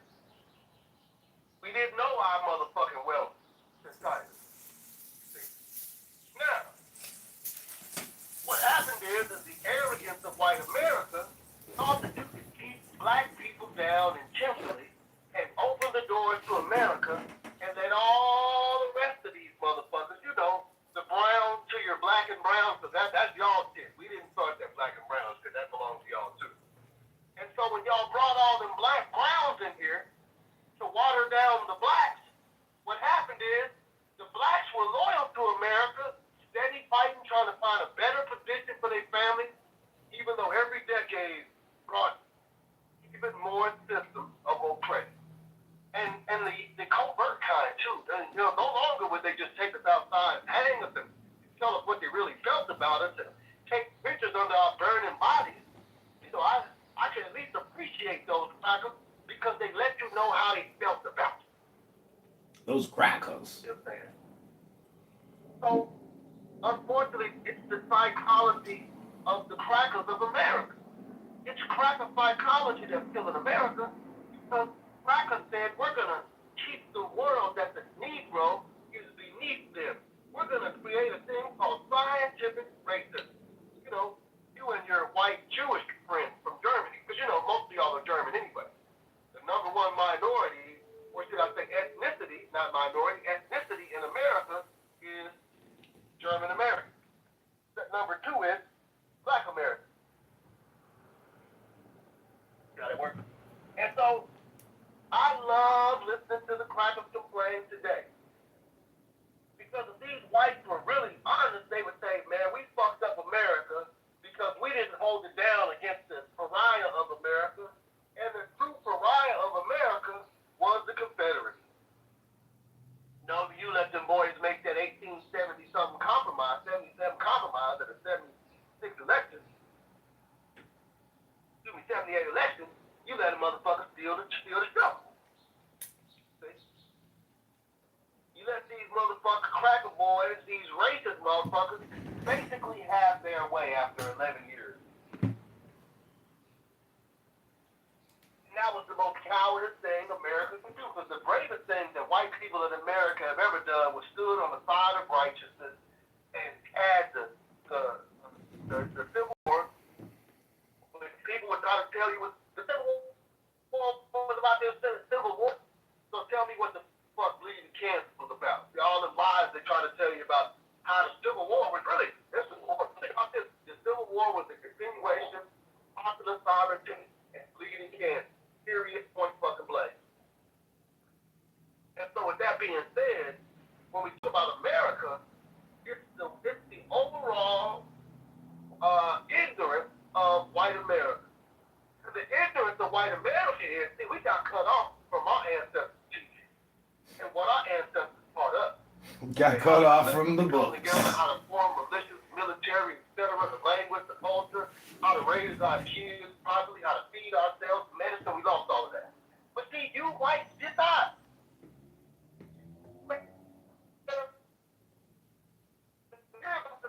Watch out for them goddamn Jews. They're nice, friendly, awesome. And the same thing that happened in Europe in past happening in America now. So it's all y'all fault. You mean? Nobody took the books of your history. Nobody took your motherfucking past. It was right there. I studied the motherfucker. Yeah. So quit all that goddamn crying and come to the table and say, look, we fucked up and we motherfucking owe America our lives. Y'all pick up the goddamn gun. We'll get y'all ass out there and get to dying for America, man, and make this shit right. And with that, Well, I think that life is a little bit like a first-person shooter game. So even, let's just go with everything you just said is 100% a fact, not an opinion. It is the truth. And what you just said is undeniably the facts of history. Let's go with that. You still have one, as like a first-person shooter, it's still your strategy, and how you optimize and create your life. Creative intelligence is what sets you free. Creative intelligence is what gives you the therapy you need to move forward in strength and joy. So I'm just saying that until black politicians become black philosophers, they will never liberate their people. Black politicians will only abuse their people. No, sir. we're not waiting on black fuckers. Are you fucking serious? Waiting on black politicians? I'm not waiting to see, hey, that's what's wrong with you white. Because if a black politician comes and he's a philosopher, all we gotta do is look at the last few they done brought us, and they was all goddamn Marxists. They was you. They was black on the outside, but deep down within them, they wanted to be white and or Jewish. So you can take all the black politicians with you and you can smoke them motherfuckers until your lungs bleed. I can't do shit with a black politician. Try that one again. Well, that's right. You go by the name King, and I'm a big fan of Marcus Aurelius, who a lot of people consider a good example of a philosopher king. A philosopher king is difficult to debate with because what he's saying is so true. And, you know, when you talk about the economy, America, you know, see, black America doesn't benefit enough from the fake economy. And it could be because they're not selfish enough. Hakeem Jeffries, if anybody here likes that snake, explain to me how or why. But how does he keep winning? That's because, as I said earlier, the system is rigged. You wouldn't know it unless you actually experienced it. Maybe some of you have. I've seen it, I've witnessed it, I've participated in it. I've seen how lawyers and judges fix the system to suppress the people. The people are being lied to. The voters are being deceived.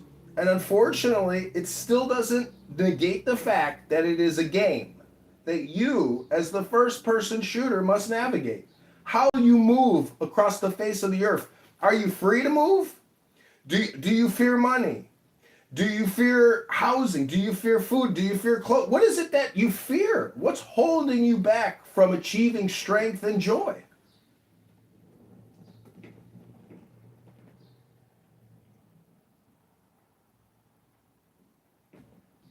I would have to say I'm the strength and joy giver around this month.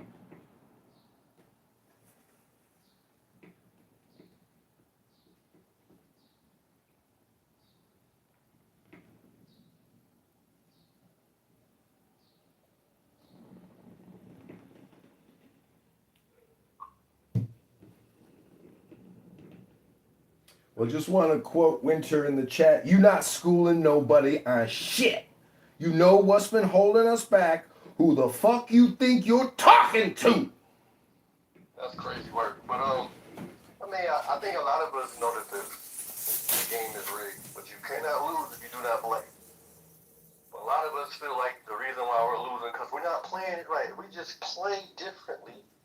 And we just rewrite our strategy. We just gotta play the game from the inside. We have to play it just like the white people were playing it. We just play it just like the white people were playing it. We're gonna win. No, because they just changed the rules. we fight so hard to have a spot at a table that wasn't meant for us. And it's crazy. It don't matter these systems. It don't matter whether it's capitalism, communism, socialism. Those are just systems. It's not about systems. It's about proximity to power. All of these systems that we champion so much, it's still the many supporting the few. And who are the few? And so if the same group of people are benefiting, no matter the system, why did we fall into the trap of blaming systems? It's retarded. It's dumb. It's asinine. It's all of those. Because the system doesn't matter. You think people under capitalism are any happier than the people that's under communism or any happier than the people that's under socialism? All of it is people that's at the bottom supporting the people at the top. Every single one. Lloyd, do you believe in the collective unconscious? I don't even know what the fuck that is. Meaning that there's a herd mentality. I mean, that's something that happens. So when I say that the system is corrupted, look at Karen Bass and Spencer Pratt. Obviously, Spencer Pratt would be the better solution for Los Angeles, but the collective unconscious is going to vote and put Karen Bass back into power. The system is not corrupted. It's working as designed. What I'm saying, the system has a tendency to veer towards the collective unconscious, which is really altruism, which is death by suicide. Towards who or the autism or who?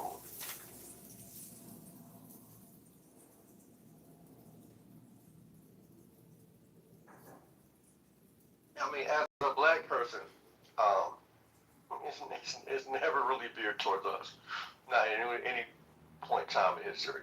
You know, maybe different in your case. But as far as black people, the system in any way, shape, or form has never benefited us at all.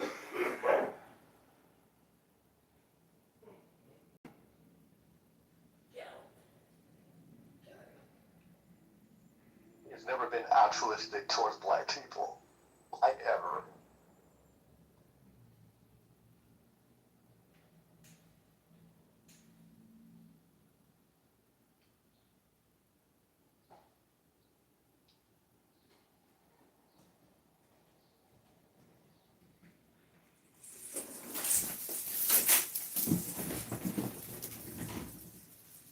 Well, it's been fascinating talking with you all. And NY, thank you. I can't wait to come to your movie review about The Odyssey with Matt Damon.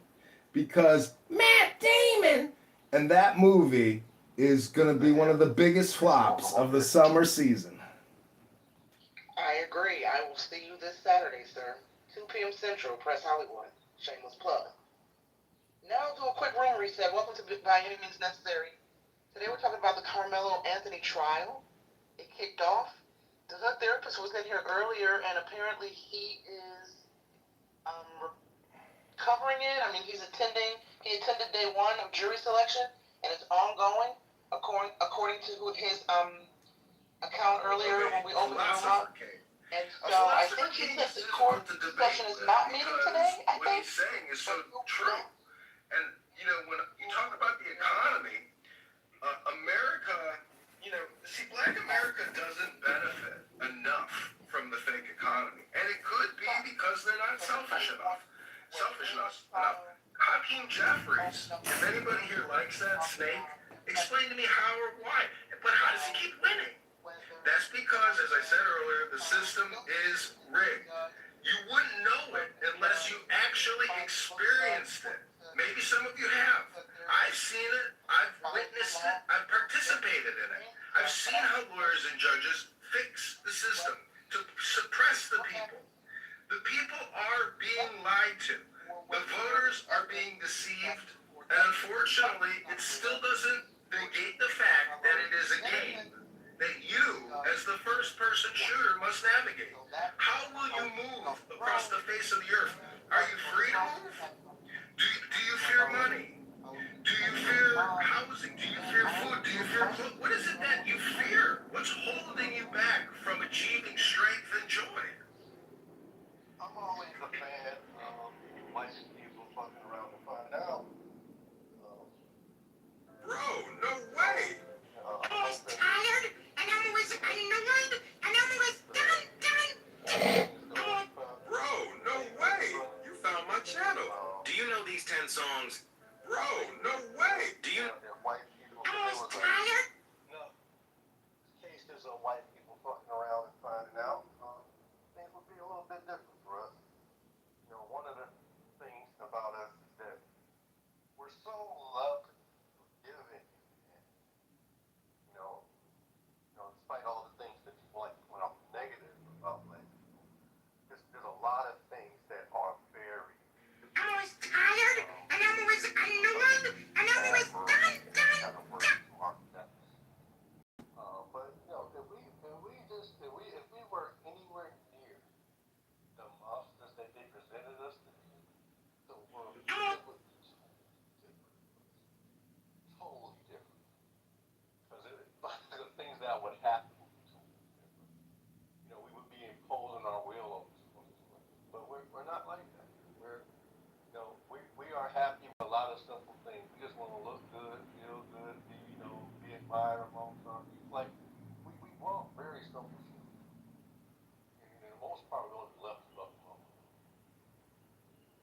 tired, and I'm always, And that's something that's been a struggle for them the entire time. And so like, so when it comes to a lot of the bullshit in this country, the politics, the power, like, and none of us should have a best that's a new system that's put in place by us. That's the only way to actually work out. Not going to work out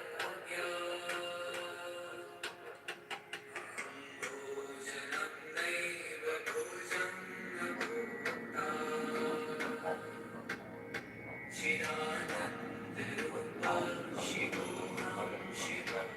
Already know that the rules do not apply to everybody. That's also part of the reason why we do have a new system. The most dangerous person is somebody. Oh, you put her in the good, thank God. Well, that's fine. You can kick me anytime if you want. You could also listen to a page from a book. You know, why don't you turn over the page and go to As Above, So. Wait, you found my channel. You won't believe it, but मुझे भी support करना.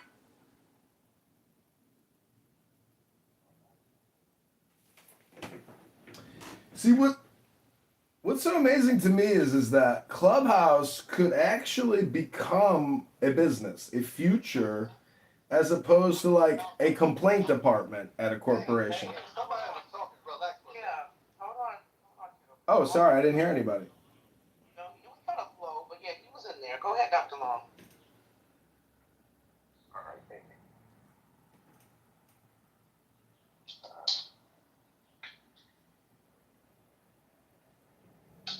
Sorry, guys, I had to close the door for a little bit about active medication. But man, Roy, you said some truth. And I actually heard it this weekend. You know, we complain about the system, and the system is working. It wasn't designed for us. It's working how it was intended.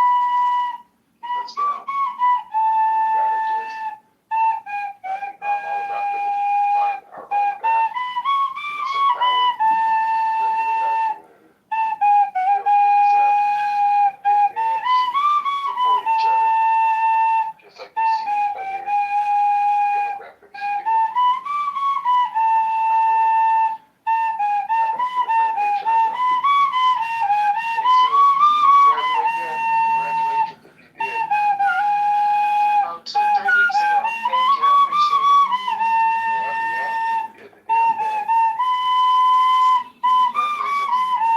Thank you, guys. Thank you. I appreciate it.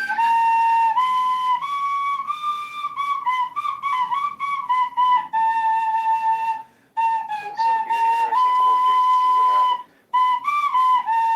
I mean, I wouldn't necessarily call it interesting.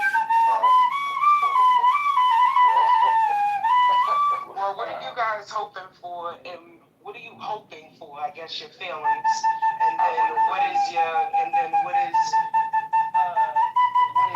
logical response to what you think's gonna happen? I'm hoping that he gets this George Zimmerman treatment. That's what I'm hoping. But that's some, you know, that's maybe a little bit far-fetched. That's what I'm hoping. Well, it's certainly interesting that to answer your question, as I stated earlier, I'm hoping the same thing. I'm hoping he gets off.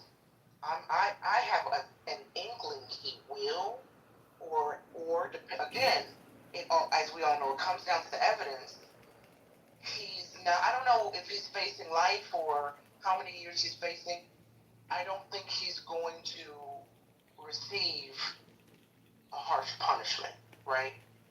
But I also, on the flip side of that thing, it's very interesting as we're getting into the summer, and correct me if I'm wrong, it always seems every summer, maybe not every summer, but summer seems always is a time when it's racially charged. Yeah.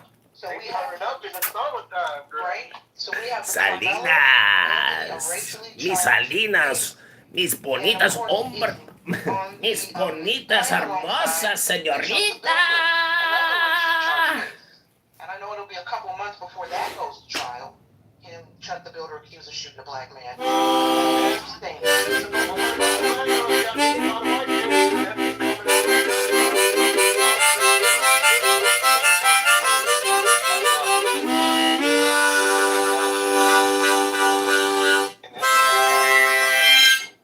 was a white boy that got into a fight with a black boy at a park, and he hit the black boy in the head with a bat, and the black boy is in a coma right now. So you see how all that goes. I think that just happened recently. What? That's in Collin County right there too? Uh-huh. Yeah, cause Frisco sits like northwest Dallas. Far northeast Dallas. You know what I'm saying? So My the way it friend. sits, bro, is like it's just outside of Dallas County. Which you know what I'm saying? Most motherfuckers who live in Frisco and got a good job in Dallas. That's why they work over that. They live over that motherfucker shit. But yeah, so I'm gonna have to check this other case out because I ain't heard about that. That's new to me. But that type of shit be happening down here. Yeah, that might be that type of shit be happening on the regular around these parts, man. You know what I'm saying? And You said it's Collin County, Collin.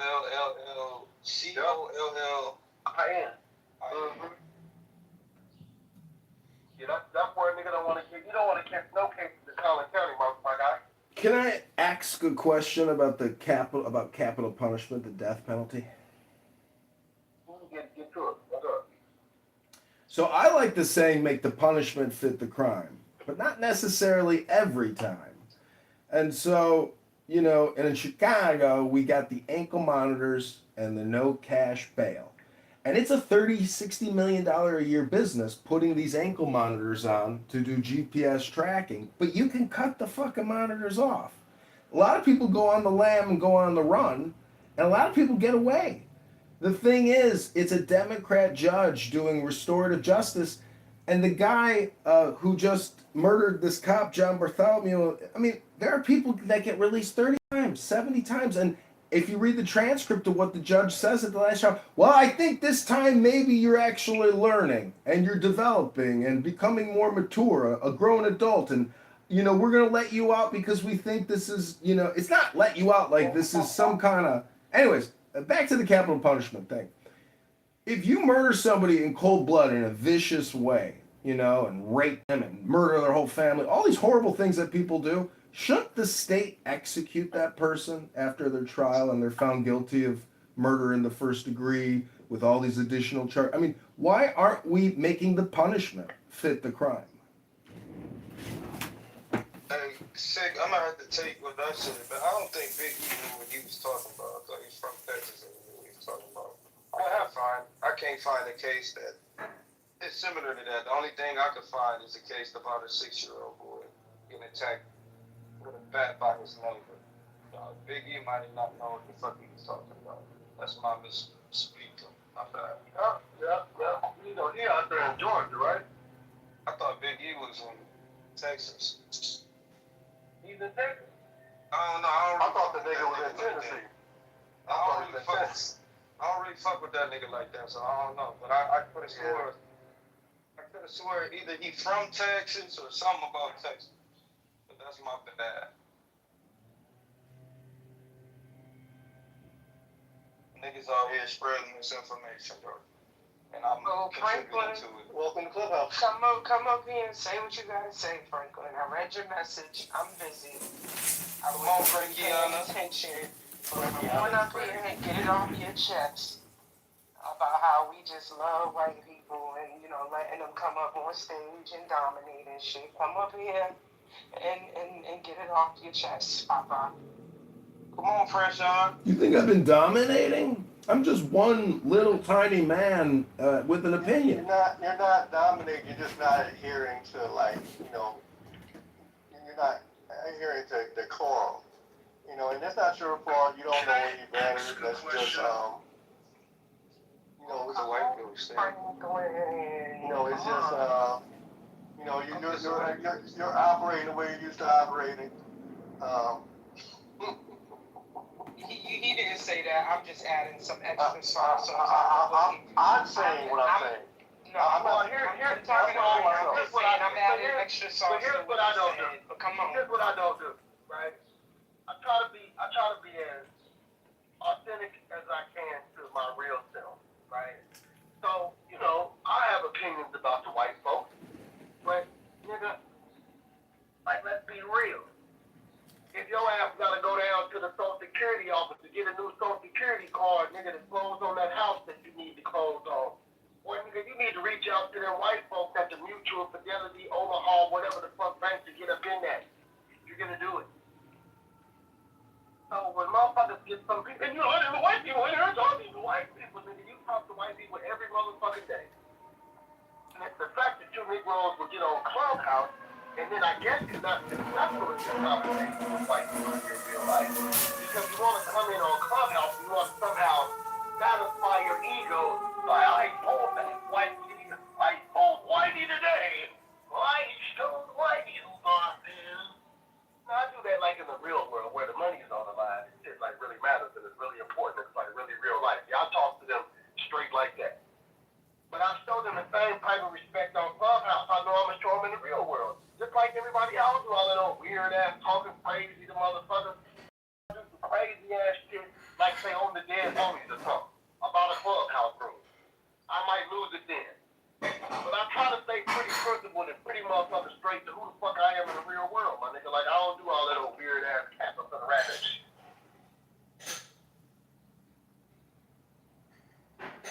Yeah, I mean, I agree. I'm the same person. I'm the same person all the time. I don't have no alter ego or no representative or no crap. But, I mean, we're going to operate how they operate.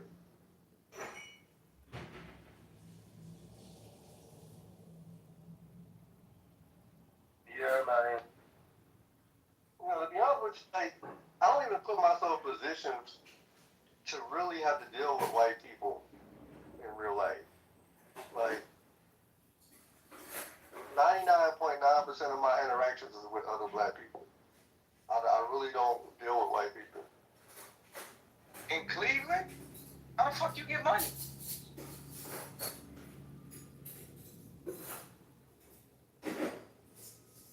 By not dealing with white people. But I'm not in Cleveland right now. But even in Cleveland, it's the same thing. Like, all my people is black. I'm not saying that majority of mine. Yeah, I don't got white friends like that. I don't got white friends, but yeah, I do business. Like when I go to, I'm a member of two chambers of commerce. When I go deal with those chambers, even though one chamber, the mayor is Hispanic, and the other chamber, the mayor is black, help get him elected, and the chamber president is black, that's my partner. But we still dealing with hella white people and Latinos. So we talking to business owners and people in the chamber or in my regular role capacity. You know what I mean? Like, we're going to see non-black people likely white. And I'm talking about, I live in the side of Dallas, Texas. I live in East Dallas. You ask anybody know anything about Dallas, where the white people is at, nigga, they're not in East Dallas. You know what I mean? So, but I still deal with white people. Like, nigga, I've been dealing with white people. I've been at Home Depot today, nigga, dealing with white people. Like, you're going to deal with the white. So where you go where people are saying that, somehow we're out of, I made my initial point that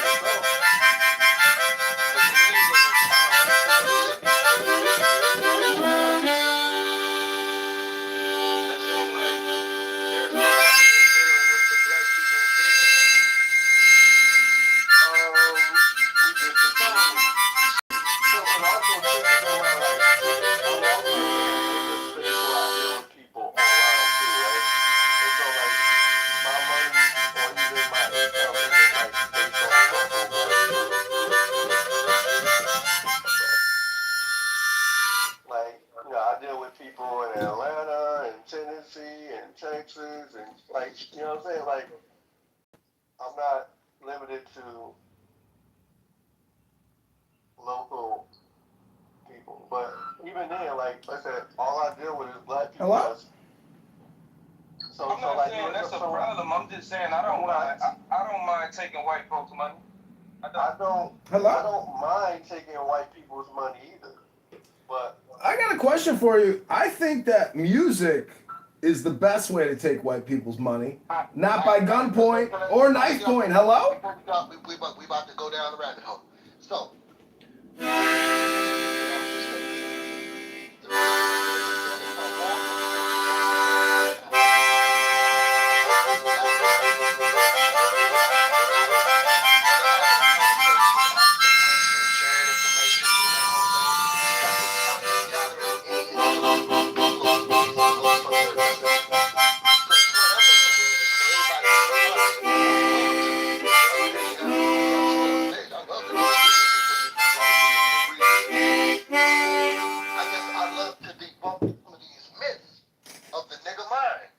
Somewhere in nigga mind, it says, you know, somehow you're cooning or tap dancing to allow a white person to be able to speak in a space. And I think it's a little weird, number one. I think it's quite odd.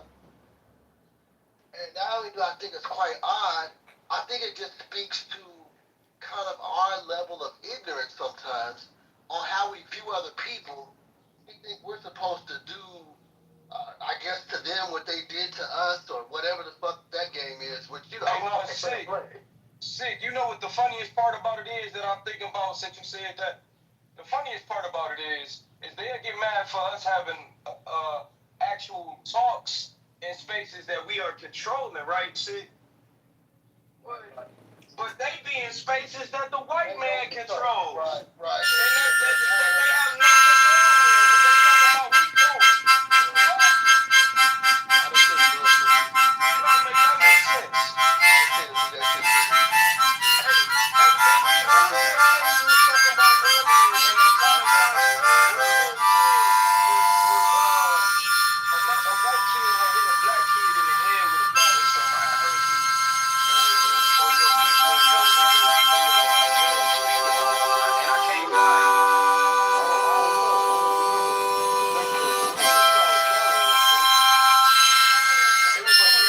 we don't. That makes sense.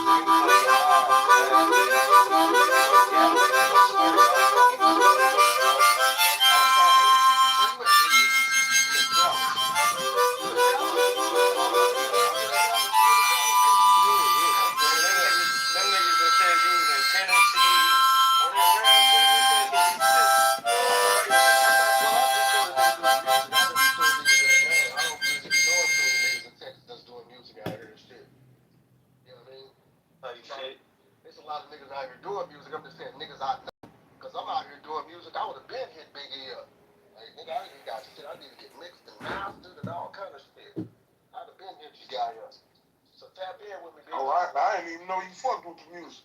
Come on, man. No, I didn't know. I thought you was in the construction or something. I know, but that's how I got started, Big E. Oh, okay. I didn't know that. No, that nigga know how to rap. That nigga know how to rap a little bit, man. He be trying to compete with me and shit, but you know, the old heads gotta pass the torch. I know all this time they known this nigga, I never heard this nigga rap. No, his shit decent.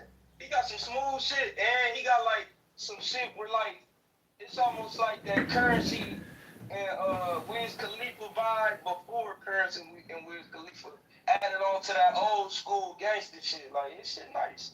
Yeah, I don't vouch for nobody for real, man, cause you know I do music and I don't typically like a lot of niggas' music like that, bro. I be feeling like it's, you know, but his shit nice. I fuck with it. Well, I'd like to play a little song and dedicate it to the room and to all of your success, to all of your joy, to all of your strength. No. We not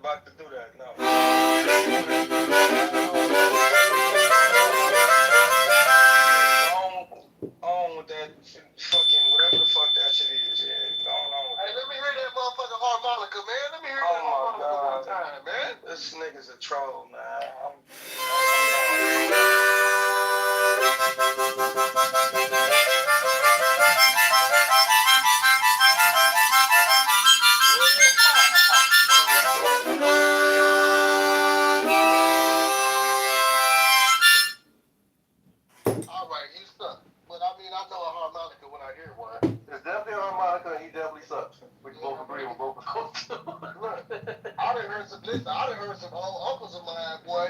Down in Mississippi, them niggas get that harmonica, get them goddamn spoons in that motherfucking garage, the garbage can lid. Oh yeah.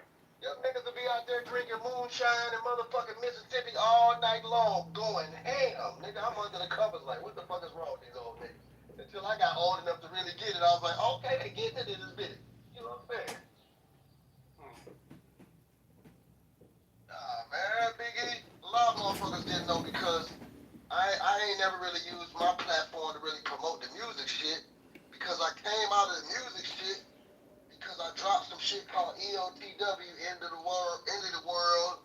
You know what I'm saying? Label said fuck you, and radio said fuck you. Everybody said fuck you, and that's when niggas started talking. Cause nigga rap wasn't ready for a nigga to be rapping that type of shit.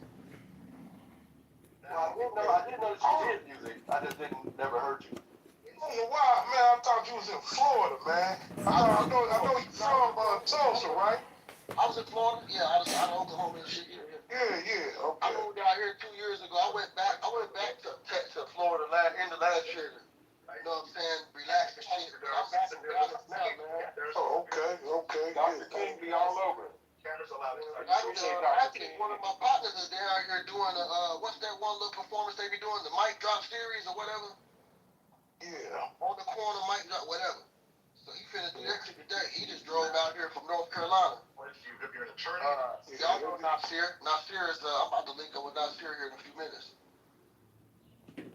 That boy pulled up on me looking right to with the Jag. I said, look at my nigga with the Jag bar and shit. Boy, I see you, nigga. I love to see my niggas do good, you know what I'm saying? There's a band on YouTube called Smash Brothers or something like that, but they're making millions and millions and millions from YouTube and live concerts.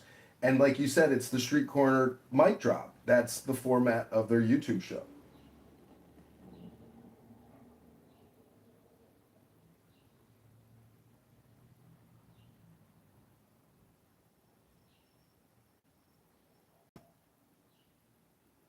So what's your take on this Carmelo Anthony thing, man?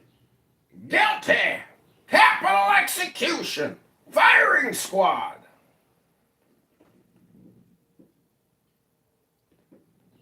What?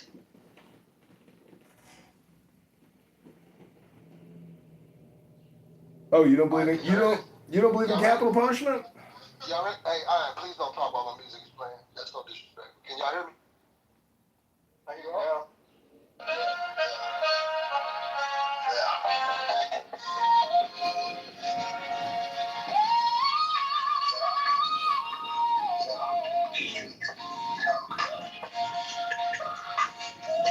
Copyright free, cause it never been copyrighted by me.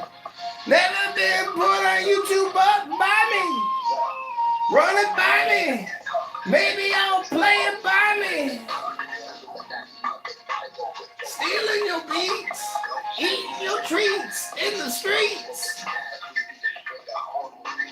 Listening to you live on the Clown House.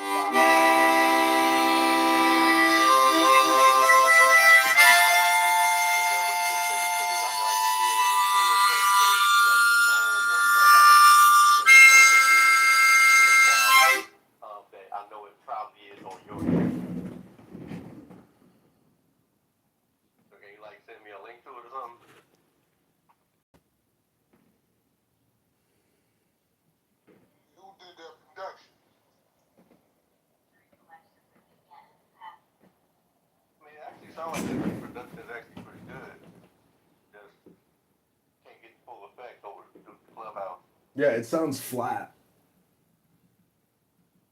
on Clown House. But that's because, you know, it's not one-to-one transfer. But if you have a YouTube link, put the link in the chat. I mean, in the skyboard. I can't. What'd you say, King? I couldn't hear you over. I'm gonna tell Biggie check his back channel. I'm gonna say. Appreciate it, bro.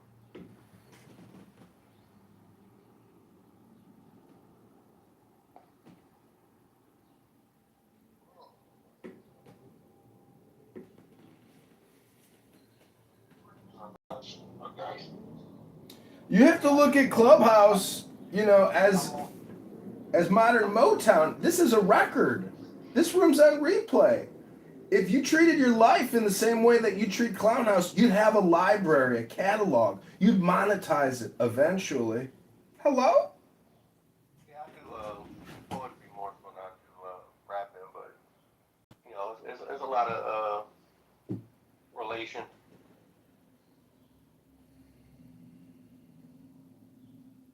Oh, you put up the top. You on TikTok, okay? But I got you, King. See, I'm gonna reach out to you.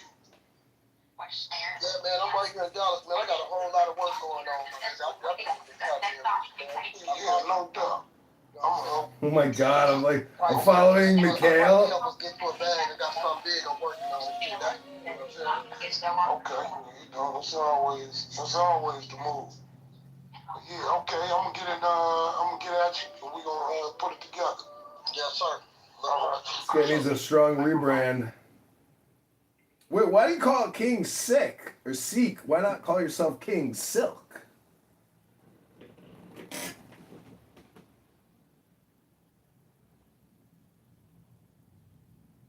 Because my name started off as Young Sick, because I was sick. Crazy out here doing this gangbang and shit, you know what I'm saying? So I got the name Sick from some shit that I did. Then I got too old to be young, so then I became a king. You feel me? Once I got my mind right, it did. Oh, you mean you figured out the golden rule about treating people the way you want to be treated?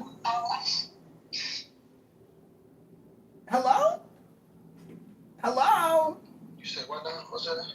I said, when you got your mind right, did you start treating the people? Did you start treating people the way you want to be treated? Man, you know, I move the way I need to move in order to get what I need to get. You know what I'm saying? And anybody who get hurt along the way put themselves in a way to get hurt. I ain't out here to hurt nobody, but they definitely get hurt by the ground.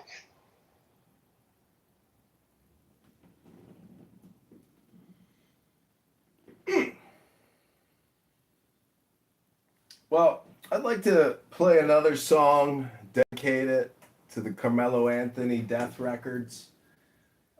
Could be a big hit. We're good on the non-melanated musical selections. Oh, I'm slightly melanated. I suntan every day, my butthole, and do yoga in the sun. Requirement level for music. You understand me? Yeah, so whatever happened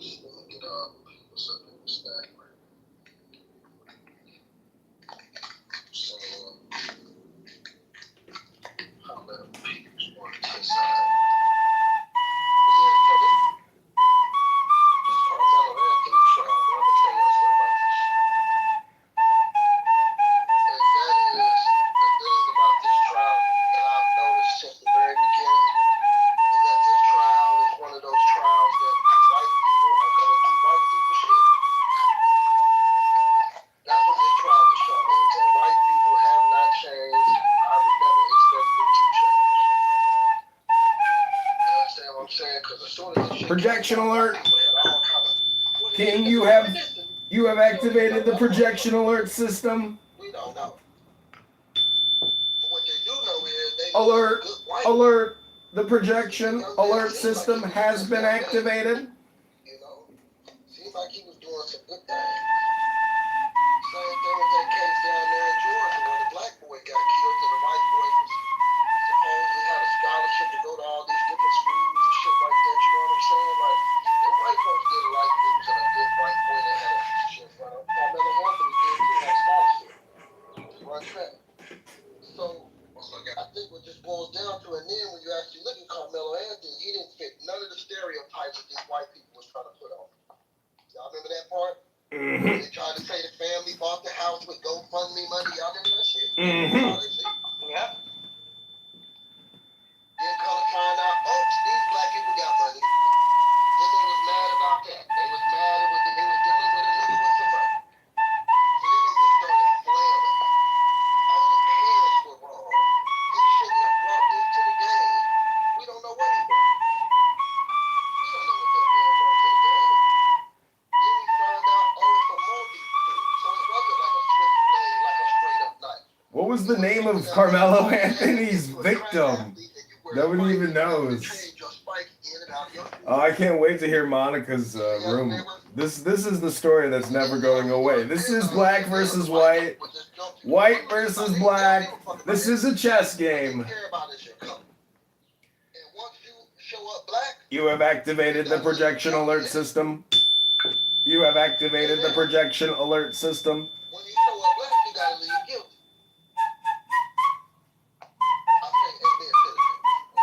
And that's certainly what the history I shit all the time. I'm not going to amen something that I don't like. But I understand what you're saying. I don't like black people leaving guilty, so I'm not going to amen that. Well, the amen is that that's telling the truth about the system. I hear you, and I'm not saying that's not the truth, but I'm not going to amen it, but I acknowledge it. Amen is proving and showing that the white man is inherently evil in his criminal justice endeavors. The amen is saying that yes, it is so, that the cracker is unfair and unjust. And so I say amen to that because I know that that, sir, is the truth. Amen. And amen and amen. Well, verily, brother, verily, verily, verily, truthfully, truthfully, truthfully. But the fact of the matter is, I don't even know the name of the poor kid that got killed, but I do know Carmelo Anthony's name. And the truth is, eventually this young man will be back out on the streets, living a life, hopefully productive. Hopefully he doesn't become a recidivist and murder someone else with a knife or a gun. Because just like marriage, if you get married a second time, a third time, your chances of divorce go up and up and up. So if you kill somebody once, your chances of killing somebody twice are at a very high degree compared to somebody that's never killed somebody. Actually, the lowest percentage amongst those who have been convicted of murder. They have the lowest recidivist rate of any other group or classification of criminals. Here we go. Here we go. Here we go. Go to ChicagoMayorVote.com. Go to ChicagoMayorVote.com. Basically said this nigga's going back to jail. That's what you said. That's how they move. That's how they move. And we ain't talking about T-move, we talking about they move. Well, you know, I live in Chicago. Again, we've got this ankle monitor, no cash bail system, and there's a guy that goes on Michigan Avenue and loves to sucker punch women in the face. He's done it 50 times. How much is enough? It's insanity. This is attempted murder. This is attempted homicide by death by punch from a 230-pound man. Why the fuck is this piece of shit on the street literally 50 times? I'm going to get you the article because it boggles the mind. This piece of shit needs to be executed.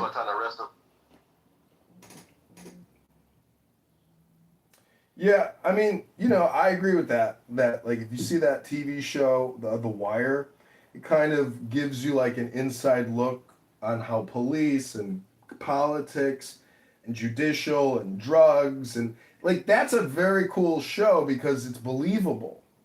But just as the average taxpayer with a home and a job and a family and a kid that wants to do a soccer program for the summer but you can't afford it, you know, enough is kind of enough. Where when property taxes jump 50%, 100%, and next thing you know, you actually can't afford shit, an affordability crisis is not because of anything other than government.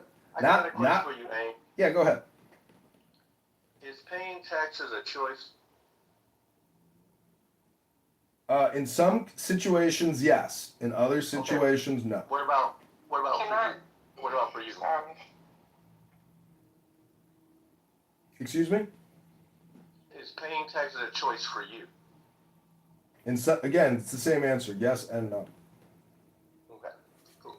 Because like when you pay taxes and you feel like you still own something that you're obligated to pay as well. Like my tax dollars, it ain't your money, it's their money. They said that you better pay it. If you don't pay it, they're gonna come take it from you and take other shit from you if you don't pay it. So it's not yours. It's just like when you get your paycheck, you know, the job can't be like, oh my payroll dollars, you go and you do what the fuck you want with your money. That's what the government do. What the fuck they want with the money because it's theirs. Not only is it theirs, they also have their name on it, their picture, their influence on it. It's theirs. They're doing what the fuck they want it. You really don't have a say so. They make you believe you have a say so, but you don't. Can I insert something real quick? Breaking news, can y'all PTR? PTR, everybody. Does this not sound familiar? Also / look familiar to any of you? I'll give you a hint. The 90s. Look familiar to anybody? Yeah, the story of the black girl. I think you mentioned that earlier, right? I think you said her name earlier. Somebody in the room said her name earlier. I did. The black girl, who was also shot by an Asian store owner who accused her of orange juice that she didn't steal. Now, doesn't this look familiar? So it does look familiar, sorry. Isn't that interesting? Asian man, not found guilty, 14-year-old boy, accused of stealing. History's just repeating itself. Oh, we gotta have a new room. History just won't stop repeating itself, huh? What is the odds of that? But I just wanted to share that breaking news. That's not necessarily history repeating itself. It's the fact that, well, I mean, it is, but it's history repeating itself not in Korean violence to a black youth. See what I'm saying? That shit was repeating itself every time we was taking our black ass in a Korean stove. Pretty crazy. I had never heard about that one, but hard to believe somebody would shoot somebody and kill them for stealing anything. That, you know, as a business owner, the cleanup on aisle 6 is just not worth it. Is it worth it? It is. Is it worth it? They're killing these black kids because in their minds, it's the black kids and the N-words, and they steal and they hurt my business. Now let's pause. Their entire business model is to be immigrants from a whole other part of the world and set their businesses up. Guess what? Right in those communities where those are the babies of the community. The very babies that they hate so much that they'll shoot over an orange juice or water, something that they wouldn't shoot you at Home Depot running out with a $500 drill. They just would catch your ass on camera. They prosecute if they catch you, or they're going to have your picture up there making sure you don't ever show up. You see what I'm saying? But one thing they're not going to do is they're not going to actively go out and try to investigate. They're not going to actively go out and try to investigate like they did in this case. Because see, in this instance, they actually got multiple cameras of footage showing the incident in question and showing exactly what they're claiming was this egregious death. They also had their name on it, their picture, their influence. That's theirs. They do what they want. You want somebody else to say so. They make you believe you have to say so. But you don't. He just did like some obvious shit, like I'm gonna take 4 water and put them under my shirt.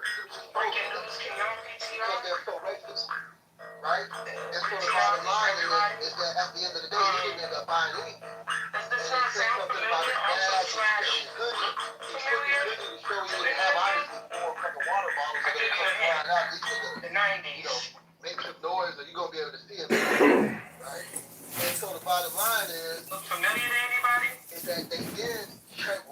out of the store. Yeah, Take the boy down. I think you mentioned that earlier, right? I think you said her name earlier. Somebody in the room said her name. I did.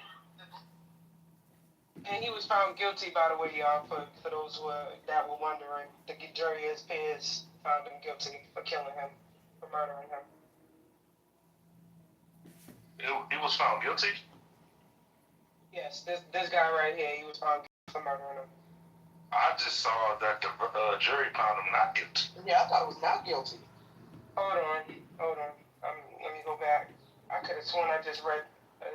Uh-oh. Oh, it is not guilty. Well, then it's conflicting stories, because I just seen one post that said he was found not guilty, so I just see it now on TMZ saying that he was guilty. Damn. Isn't that like a tsunami to do that? That's what tsunamis do. What? People Don't think.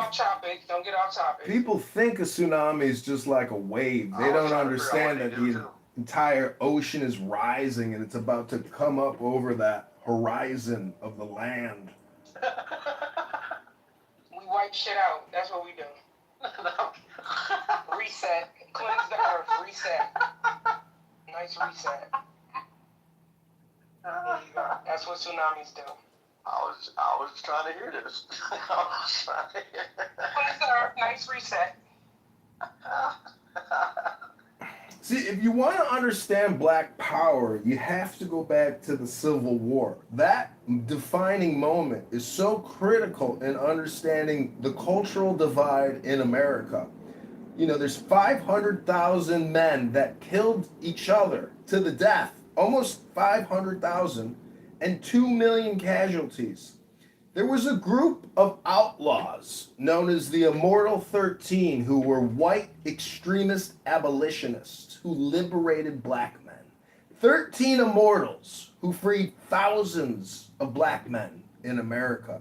Never forget the Immortal 13. Say that again. Repeat. Hold on. Rewind that.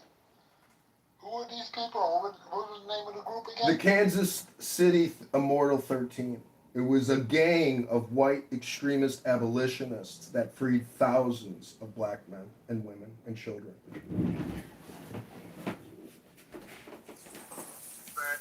Because that's who helped the indigenous people from this land fight Alpha Fight and stop them from taking fucking Arkansas from me, bro. Because that's how, after we got through killing the opposite side for that whole ass nigga, he started murking the rest of us that was alive. And them motherfuckers right there stepped in. Most definitely. But I'm sorry to interrupt. And peace and blessings to everybody on the stage. I got perplexity looking into this shit right now.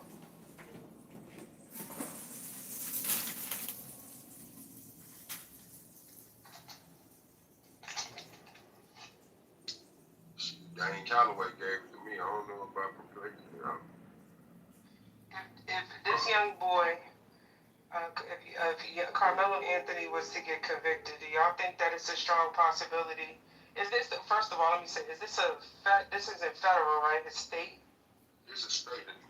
Oh, then never mind. Because I was going to ask if Trump could be able to pardon him before he left office, because I'm pretty sure. You can get a pardon from a federal president over a state issue. Can you? Yeah, he can recommend it. He can. Most definitely ain't gonna be doing that shit though. I don't know. Shit. Bro, say hey, the nigga let Kodak Black and Lil Wayne out. I think this was a little step above that one. I don't know. I don't know. You share with us anything? Was you able to peek around and get a little something for us? A little something? Good. The hood. He went to the trial yesterday. Oh, did he? Mm-hmm. I went to the first day. So right now they're doing jury selection. So when I went there yesterday, they had about 600 potential jurors, and they getting ready to trim the fat on that. So about time tonight, around 5 p.m., they're gonna have who they want as some jurors, and then the leftovers starting tomorrow, whatever's left over that, then that's going to be the jury. So I'm going to try to go up there tomorrow, Wednesday, to see who the jurors is and who they're going to be. All right. You ever record? case, there is no electronics to be permitted into the trial. None whatsoever. John Roach. Where they can hide it? That's cool. Yeah, so Judge John Roach, man, like I said, I've been employing everybody to look that gentleman up. This man is a veteran. He come from a family of veterans, and they go by the book. Yesterday, in his introduction to himself and to the potential jurors, he says, and I quote, he says, following the law does not depend. You cannot just not follow the law. He said you cannot not follow the law, if that makes any sense. He says the law doesn't depend. You can't just depend. It depends if I'm gonna follow this law. No. He said verbatim, we will follow the law. You cannot break the law. We're going to follow the law. So, and my question is, all right, we know when you commit a murder, right? We know that if you commit a murder, you're going to be charged for murder. So then my question is, okay, what happens when you have laws that contradicts the charges? Hold on, man, because I'm giving a deposition of what happened yesterday. I went to the jury selection. So I want to tell y'all this. So this is what happened. So I want y'all to know that this trial started yesterday, but it will end next Friday. All right. So the jury is going to be selected between today and tomorrow, and by Friday, this trial will be ended. They're also going to have trial on a Saturday, so expect opening statements to be Thursday, witnesses Friday. I don't know what's going to happen Saturday, rest on Sunday, and then we're going to add that Monday through that Friday is going to be just continuing the trial, and then there's going to be a verdict. Okay. So the next thing is like I said, right now, the main information that I really want to just point out is figure out who this judge is and just look at his record of convictions. I looked at it last night, and I was shaking in my boots last night when you told us to look it up. I said, he got 3 white young boy sons, and I know he probably looking at them like if a nigga killed one of his sons, he would want to slay them to the white meat. And, Republican, like you said, history of veterans in his family. I don't know. I don't know if self-defense, I don't know if that's going to be in his favor dealing with a judge like him. But one thing about it is on them state laws. Judge hey man, like I said, y'all. But can y'all hear me? Oh no. But he is. I was saying, I don't know. He is gonna be judged by 12 members of his peers. So it's kind of like it's really up to them. But I don't want a judge like this. I don't know. Well, the warning is we're gonna follow the law. So if he's convicted, what is that sentence required? Because that's what it's gonna be. He just told everybody. The crazy 5 to 99. 5 years to 99. The crazy part about these law and order people, do they not understand that this country was founded on breaking laws? Mm-hmm. But then also, that's what they did when they was breaking the law. This country, that's how it broke off, breaking the law. I don't know. This shit is stupid. but they fucked themselves though, because inside of it, they made quite a distinction. And if his lawyer is good, which I'm pretty sure since he's a Jew, he probably might be, color of law. Okay, so hey, I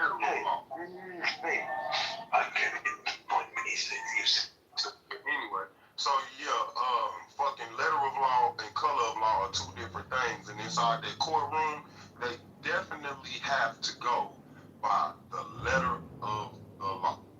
Who I time and time again where she got overturned when people played color in the courtroom instead of playing letter.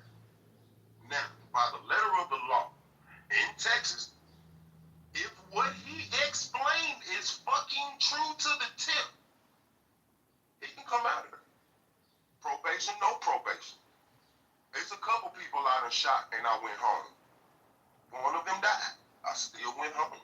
Never saw a day in jail on that one. On the one where I shot the homie, I got 5 days in jail. That was it. Do you understand? Texas? Yes, sir, in Texas. I'm from Fort Worth, Texas. Southside, Morningside District.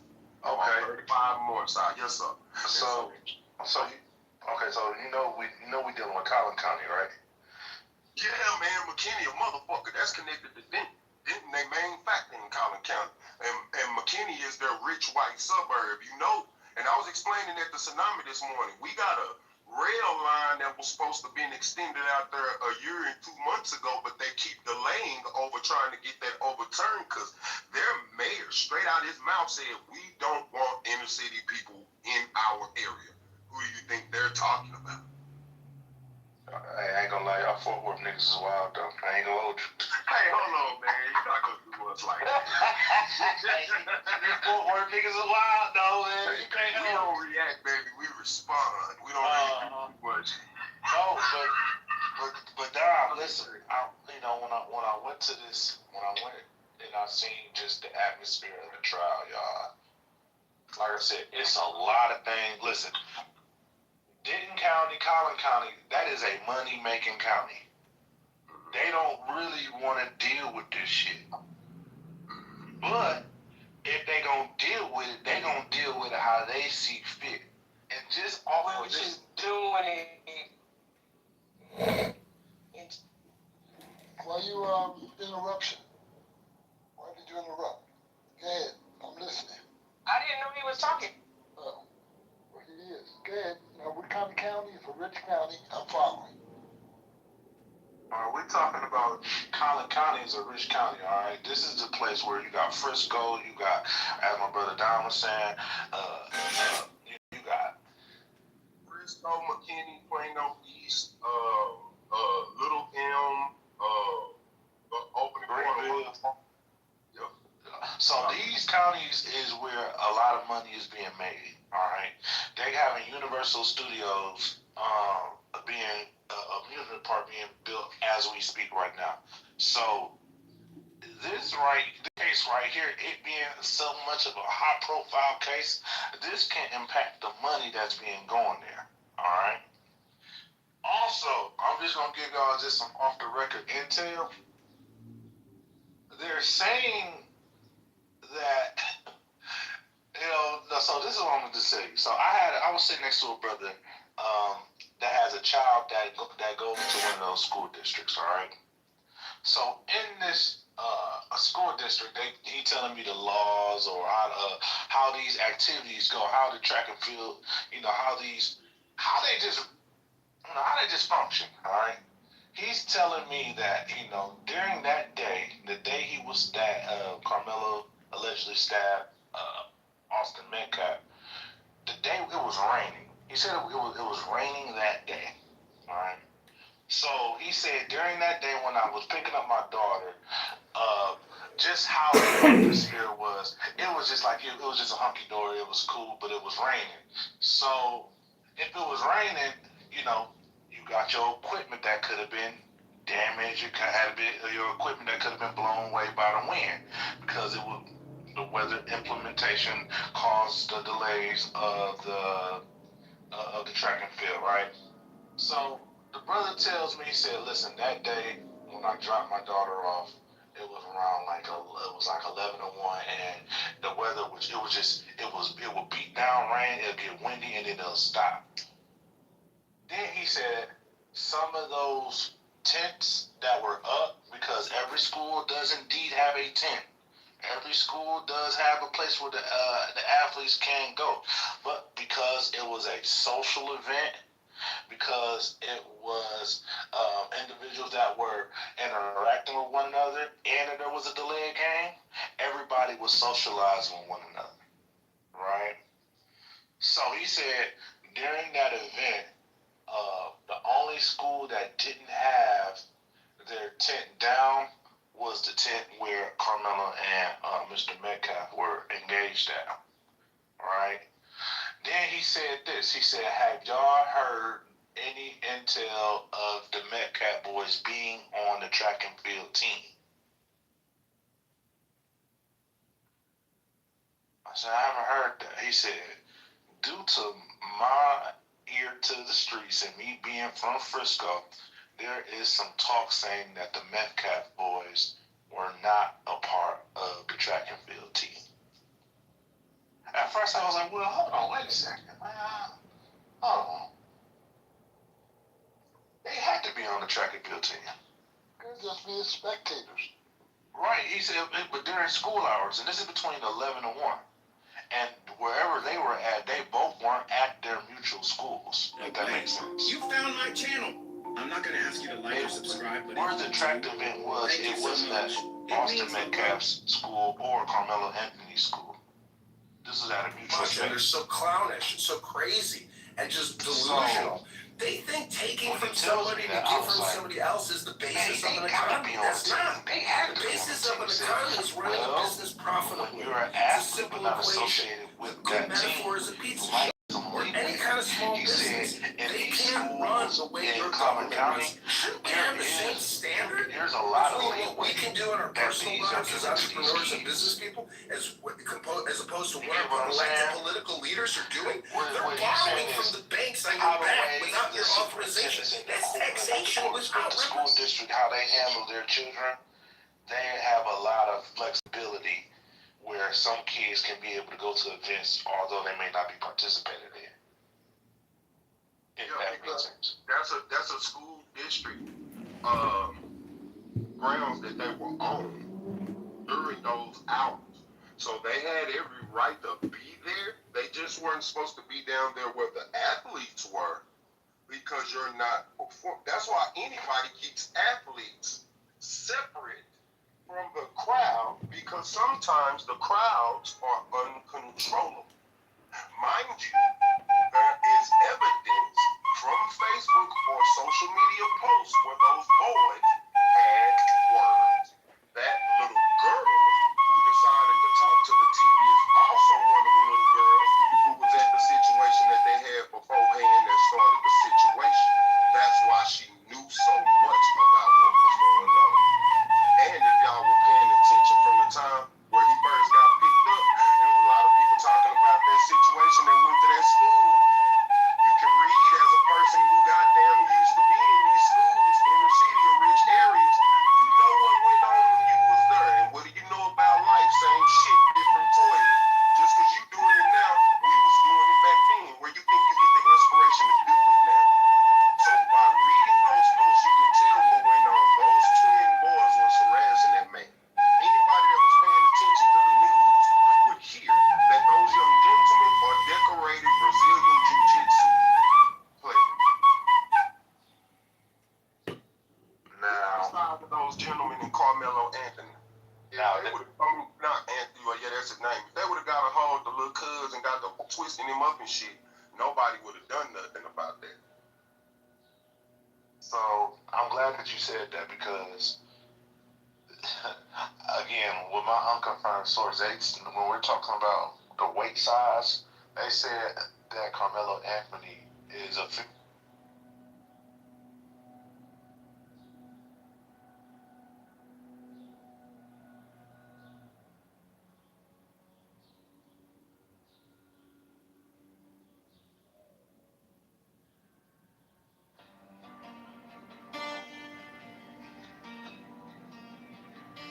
Now ye shall know that the chosen Megatron. the axle of infinite space To my nigga YouTube, man, like describe. and in his woman called the Scarlet Woman is all power given. They shall gather my children into their fold.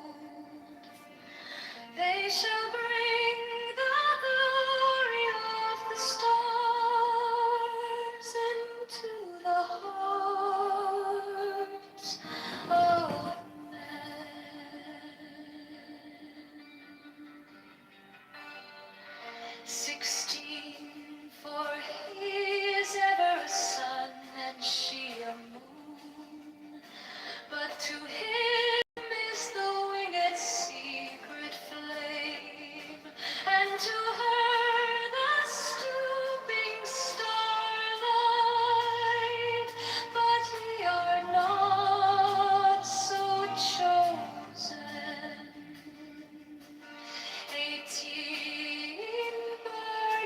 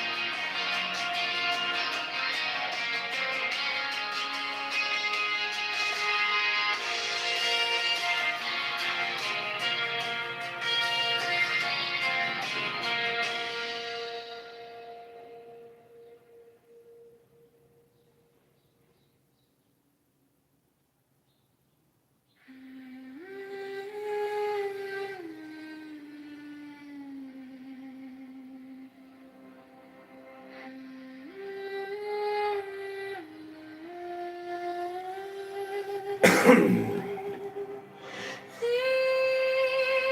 are fools that men adore, both their gods and their men are fools.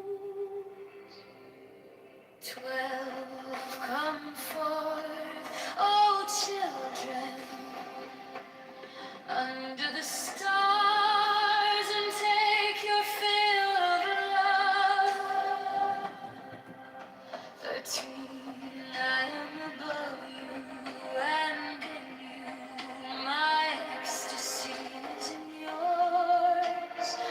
My joy is to see your joy. 14, above the gem eyes that naked splendor of no wave. She bends in ecstasy to kiss the secret orders of our deep. The winged globe I think it's because are mine awake. some people just don't know what's available, what services is available, and they have these hesitancy, and then on top of it, the police are involved, and you need the okay with the police. And I've even heard people say, if I have to go get approval from the police, no thank you. So I've heard things like that too. So I'm just glad that today, like,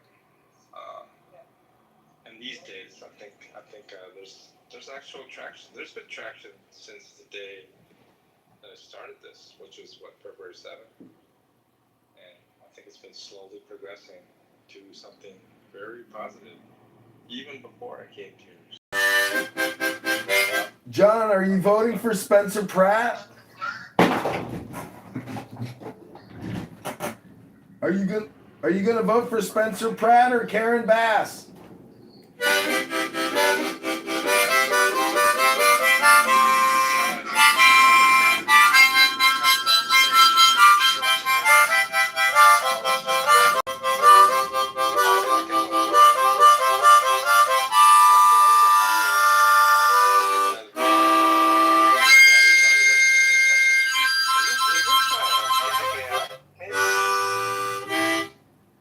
Hi, John. I was asking you if you're going to vote for Spencer Pratt or Karen Bass, the communist, the Cuba-trained intelligence agent.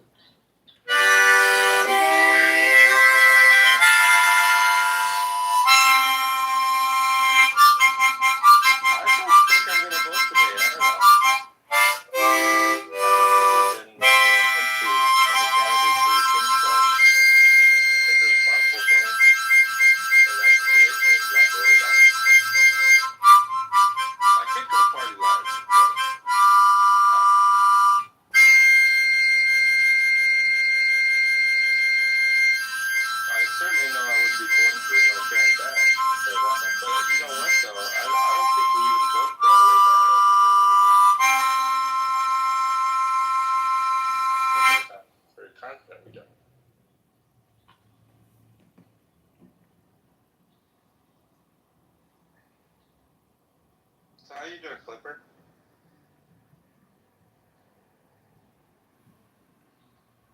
Yeah, I'm doing fantastic. Yeah. I saw Tucker today, and Tucker was there when the cop came by and he was talking to us, and it was the case that Tucker wants to come to a shelter, but he has no city ties, right?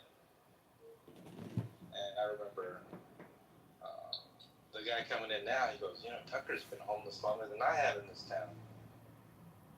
And the thing is, like, this guy, he's taking a shower right now, so that's cool.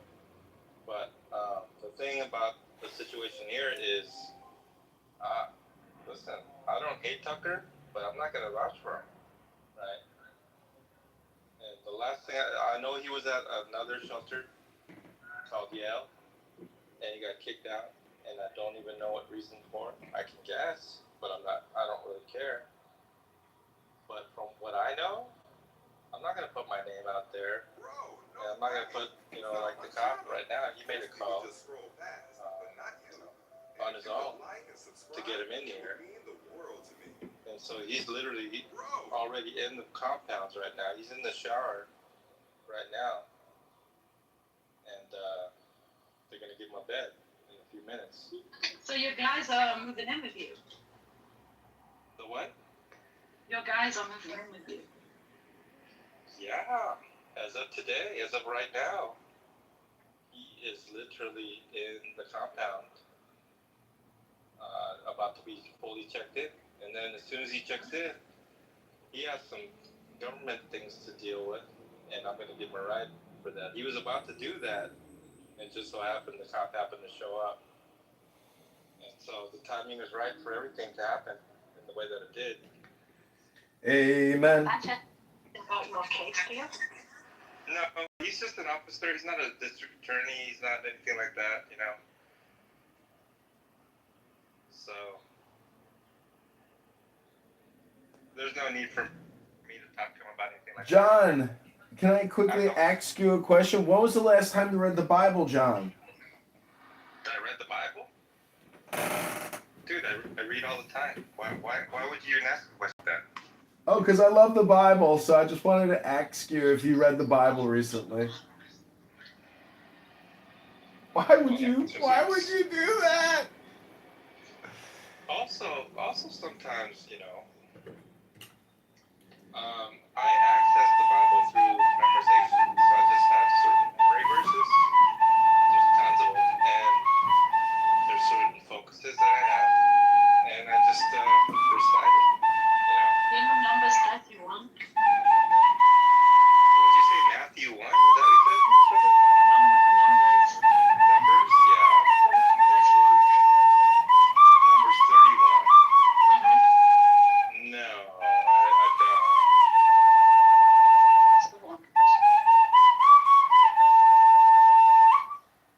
Hey, John, I'm wondering if I could play you a little song and dedicate it to finding housing for all the unhoused. Well, I'll tell you what, not all the unhoused want housing. How about that one? Well, I'm just praying they find the wisdom and the knowledge. I know so many people, I just meet people all the time. And, even when I was in the program, not everyone wants a 12-step program, or not everyone wants to be sober, not everyone wants to be clean. The last guy I saw drinking, he says he wasted his time going to AA meetings, and he just wants to get drunk. And listen, I'm not here to tell people what they need to want, right? And so, if the person is expressing to me that they want housing, expressing to me they want to be sober or clean or whatever, then I'm right there for them. But if they think that like getting a job is going to fix all their ills, they're seriously misguided. I've seen guys like that, and if they do get a job, they're just going to go right back to, let's say, drinking. They're going to lose their job because they're on a bender, and they're right back where they started from, and the job never fixed anything. Because in their mind, in their twisted minds, that the job is a cure-all for their situation. And been around long enough to know that's their delusion. Unless they find out that the issue is things that they need to work on as far as their triggers, their coping skills, and so forth and so on, then once they deal with that, then they can take care of their families, they can take care of employment, they can have sustainable employment, housing, whatever, right? But not everyone understands that because a lot of times it has to do with they're just not informed on the facts, not educated. And sometimes they're told the facts, but they don't want to believe the facts. Sometimes they know the facts, and they don't care anyway. There's a church-run shelter. A church-run shelter? There's one at the street, Clipper. It's called the Orange County Rescue Mission. Very strict. It's a 2-year program. I personally not want to go there. Number one, they take away your phones, and I think you can't go out for a whole month or something like that. Some people who are not that religious, the criticism is that they're a cult, so forth and so on. But you know the staff here, Clipper, most of the staff actually come from that place. So. But it's a secular-run shelter. The one I'm in is a secular-run shelter, but it is. They have Bible study in here on Wednesdays nights, I think. All the people that are staff are very religious that I've seen, and they are actually from the mission of the street. So they're funded by state and federal grants? I'm not sure. From my understanding, is that the Orange County Mission handles the donations and financing for this facility. Also, the food comes from there. Also, a lot of other things, clothes. The staff are like salaried, right? Or they're volunteers? I'm pretty sure they're paid staff because just some of the people that I've met, they actually went through the mission as guests or clients or whatever, and that they have come out of there and they want to work in the field, and so they're paid. I'm sure they're paid to be here. I would be very surprised if they're volunteers. And a lot of them, two or three people I've seen so far, they were in a situation of homelessness as well. And so that's what they're doing now. They're working as staff here in a facility for the homeless. So that's good news to me. John, I just want to alert you to the chat. People are accusing me of being John Kitover as well as live streaming this room on YouTube. And I just want to let you know, I put the link in the chat. What do you mean, people? That's like saying, people are accusing me of being John Lee. Well, I am John Lee, and you are Kitover, right? AKA Music AI, AKA all these other things, right?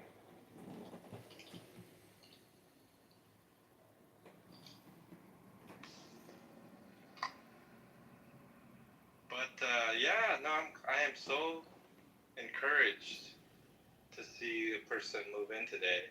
And I know there's still some beds available, and I could think of a few people that would be appropriate for this. And, what I hate to say, the vast majority of people that I see, this place would not be a good fit for them. And so, just because someone is homeless doesn't mean that they ought to be in or deserve a shelter. I don't think it's that way. But I also think that if people want help and they're humble enough to seek help, I think there's just a tremendous amount of resources, especially in a city like this, for them. Austin, to me, stands out. And I've been all over Orange County, North, South Orange County, and every nook and cranny.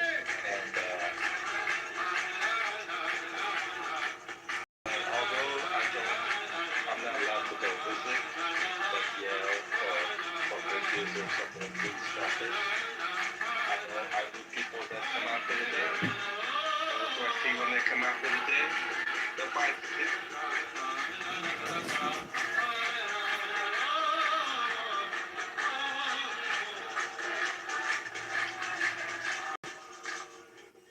רבנו נחמן מברסלב, רבנו הקדוש, רבי נחמן מברסלב אומר, אדם צריך לפנים, אבל לא רק אדם צריך פנים, כל דבר שבעולם צריך פנים, בית צריך פנים. But I'm certain תורה צריכה they פנים. have some sort of financial planning system for every single person there, and that it probably is mandatory. And it's a case that I'm new. I mean, I don't think I've been here more than 1 week. And so, and not only so, 6 in the morning, I'm out of here. And then 6 in the evening, I barely come back before the curfew's over. And so I eat dinner, and then I go to sleep because I'm so tired. So, Yeah, it's because, the people who are buying 24 ounces, I'm assuming you mean alcohol, buying cigarettes, buying Coca-Cola, and buying cookies, candy, and that's not here. It's not here. It's some of the other shelters, parks. A murderer? Yeah, no, I wasn't talking about this. This one, I mean, well, first of all, it's pretty strict in terms of a 6 p.m. curfew. I think some of the other ones are like 10 p.m. and things like that. Big difference. I gotta get in here for a 5th grader doesn't have to come until the street lights go on. So the sun goes down here close to 8 p.m. now. Thomas, tonight your night off when we're not going back. Yeah, okay. So they're really cool here. They didn't let me go left, but they told me that I can go to per night and still not use up my 1 night off. So it's very simple. I just have Saturday nights off, spend time with my wife, and then Tuesday nights. You never drag race, you don't even know what I'm talking about. Hey everybody, happy lunchtime. I got a mimosa for everybody. I've got a track car. Hey, John Kitover, the mayor for fucking Chicago. I got a 2000 Camaro. It's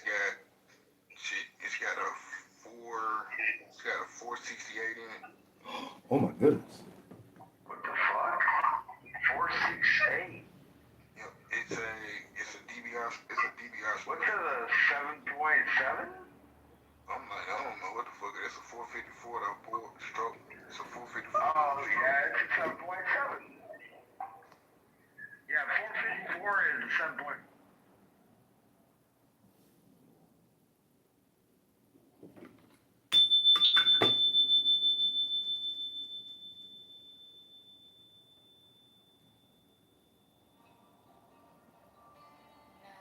shall know that the chosen priest, that excellent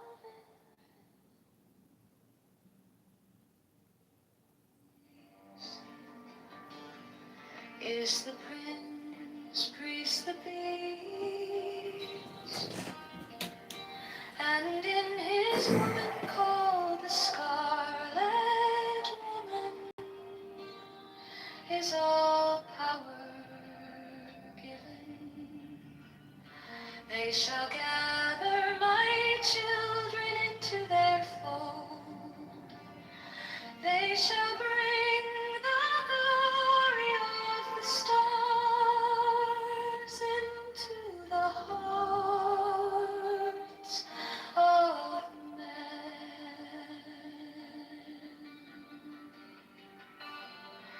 16, for he is ever a sun and she a moon. But to him is the winged secret flame, and to her the stooping starlight. But we are not so chosen. 18 burn upon their brows, O splendorous serpent. 19 Like a log. azure lidded Like a woman log. bend upon them.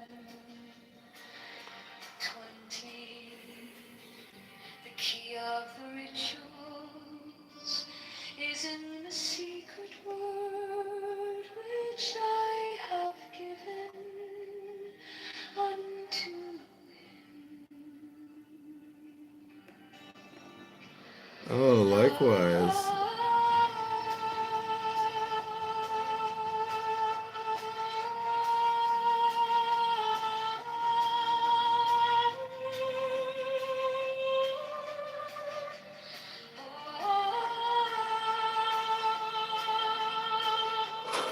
Yo, I didn't come here to set shit off. I came here to make shit right. Ozzy, you a fool. Now put them goddamn guns down in my sock. What the fuck you looking at him for? This is my spot. Hey man, fuck that. Hey Jay, who calling the shots here? Give me the word, I'll smoke white boy right now. Diamond looked at his brother Jannard with confusion. After hesitating, Jannard gave the order. The men lowered their guns. Diamond felt embarrassed. No one recognized him as the founder of CBI anymore. They all followed. Bro, no. I only gained 17 subs.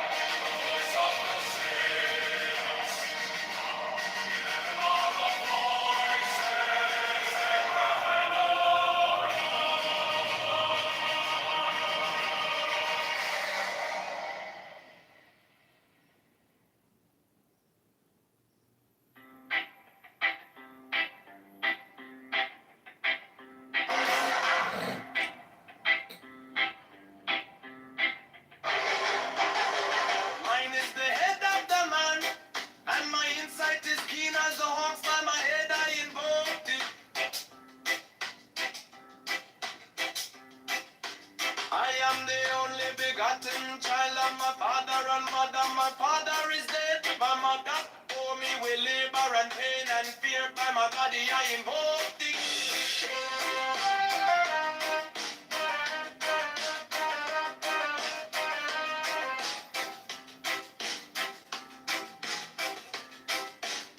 Upon me shine the diamonds are radiant, white and pure. By their brightness I invoke thee. Mine is the red triangle reverse, the sign given of none. Save it be of thee, O Lord. By the Lamb and I invoke thee.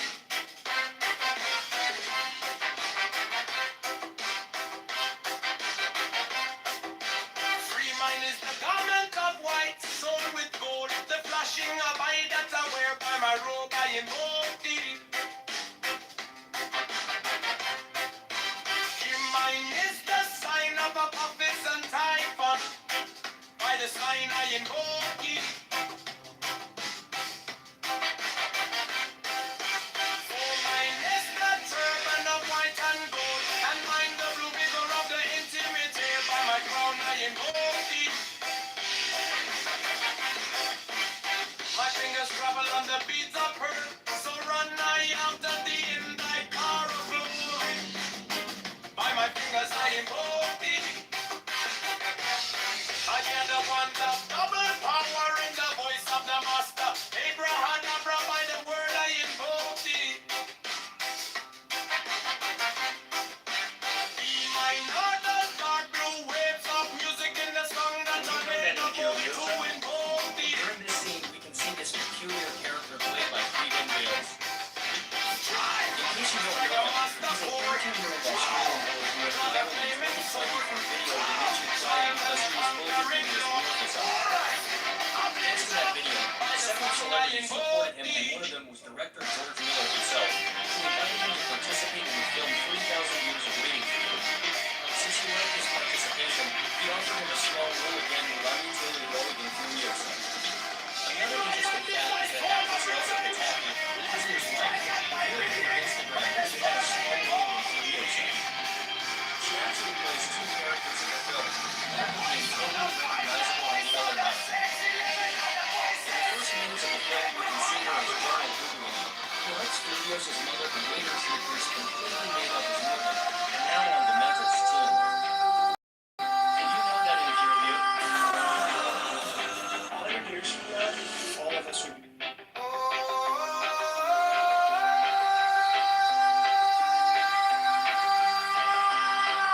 100 years from now.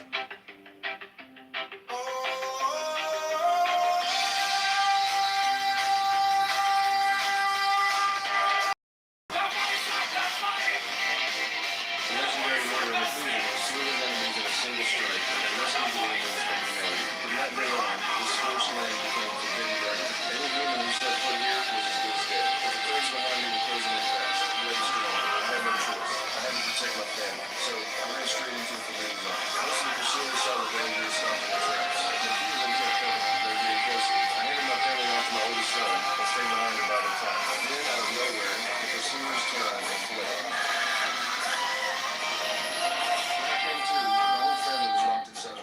We were surrounded by watchers beings who despised humans. They were once angels of the garden of Eden. They had defined the pillars of the world and the sun of God. All of us humanity survive on the barren land. Even after the oxygen was prison burning like them, even after their bodies became unrecognizable, they still showed every bit of their own future. They helped us build civilization. Humanity would played them in betrayal. We tried to wipe them out. If it weren't for a warrior named Methuselah stepping up at the last moment, none of them would have survived. They sprayed them with fear hatred. I told them I was the descendant of Methuselah. And creator had spoken to me in a dream and guided me here to seek my grandfather's heart. The watchers couldn't tell if I was alive. We were some of the fear and left us to die. But that night, one watcher who still had faith in humanity snuck us out. For ages they had been begging the creator for forgiveness, hoping to return to heaven. But there was never any answer. And then somehow, I heard the creator's call. The watchers believed this might be their one and only chance at redemption. So that watcher led us across the spiritual land to the mountain I had seen in my dream. I set up camp and asked asked the watcher to watch over my family. Then I took my oldest son and headed up the mountain to find my grandfather in his cave. We hadn't even gotten close before Methuselah recognized me. He seemed to already know why we were there. He cast a spell and put Shem to sleep, because what we were about to discuss wasn't meant for a child's ears. Methuselah's father had warned him long ago. If humanity kept down this path of evil, the Creator would eventually destroy everything. But unlike the flood in my dreams, what Enoch had foreseen was an all-consuming fire. To help me connect more deeply with the Creator, Methuselah handed me a cup of tea. I drank it and slipped into a vision. A single seed floated up from the cup and broke through the surface of the water. It transformed into a massive ark. Every living creature, male and female, boarded the ark to preserve the spark of life. But humans alone would be swallowed by the flood and wiped from existence. I chose to wait. It all made sense then. Fire meant destruction. Water meant rebirth. The Creator intended to use the flood to separate good from evil, to tear everything down and start over. Methuselah listened.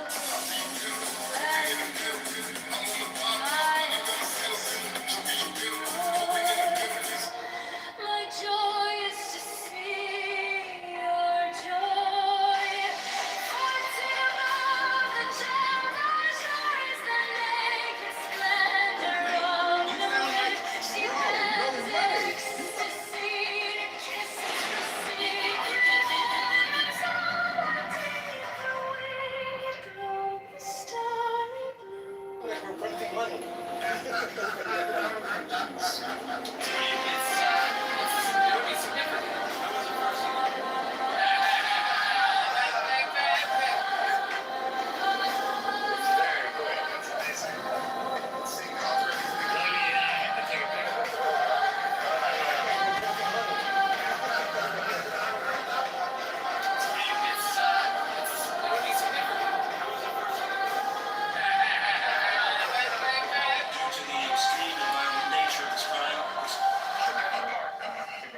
Are you a student?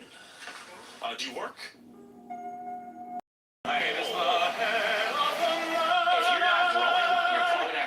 my inside is keen as the hawk by my bed I invoke.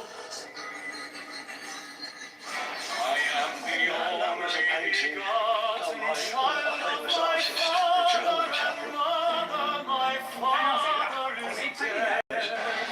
My mother bore me with labor and pain and fear. By my body I invoke thee.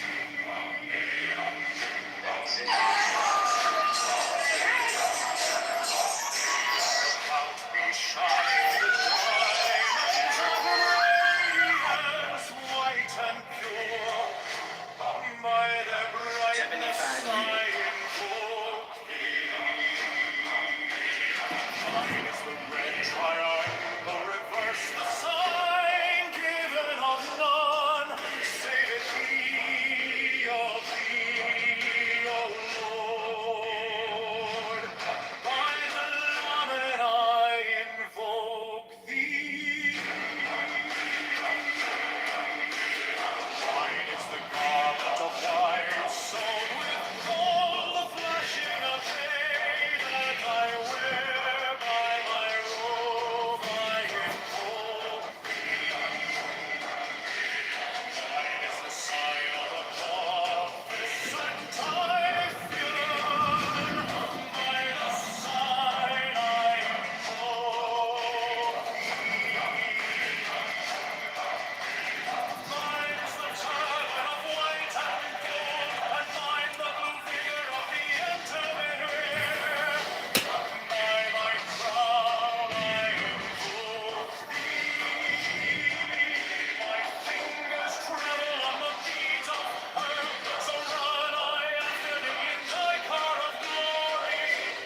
By my fingers I invoke thee. Under the wand of dawn.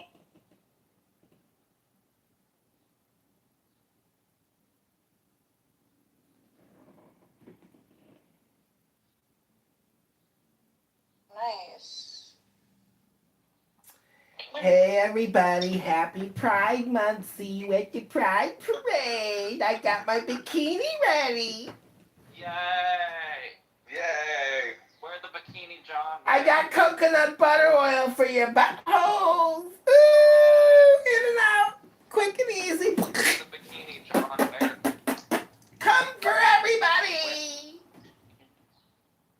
Chicago. Did somebody say coconut oil on my butthole? Coconut oil on your butthole. That sounds amazing. All Where do I organic and spread natural. That sounds amazing, yeah. I need to get some raw coconut oil. I once met this girl from Colombia. She wanted her butthole vibrated for an hour. Wow. And did you do it? She fell asleep with a vibrator on her butthole. Oh, that's a Danny. I know her. I know that story. Remember when she fell asleep with the vibrator? Happy Pride Month! That was funny. I forgot about that. Yasmin, watch this post I just pinned. Okay, one sec. I just have to clean up my... It's called Beijing Bikini. Sorry, but that guy is the one that streams all the clubhouse rooms on YouTube, right? I had to get yeah. Sorry. Okay. I don't want that. Weird. This way. Oh my god. Why is everything falling out? Good.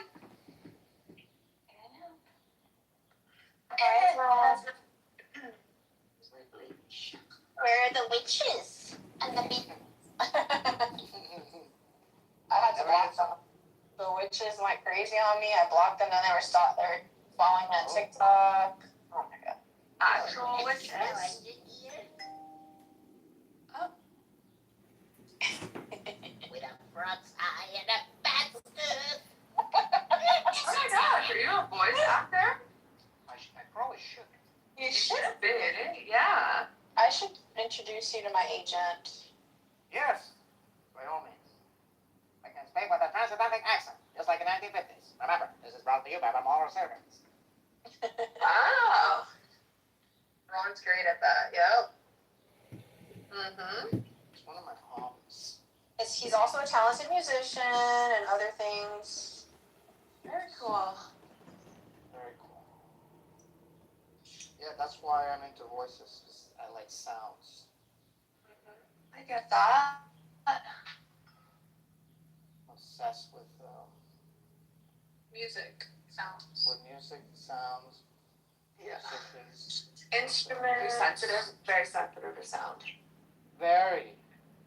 Like I can feel it. Sometimes if I take an example, the hair on my arms, if I listen, my body actually has a physical reaction to it. It's interesting.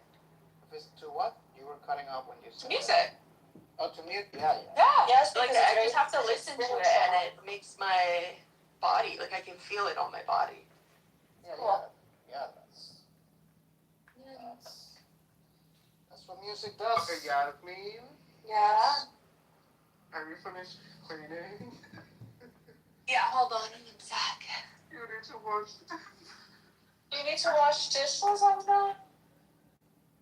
No, I sent you something on Instagram. It's so funny. And to do it. Find a man to do it. Hurry. Don't wash the dishes. About Israel. Hurry. Find a man. It's 2026.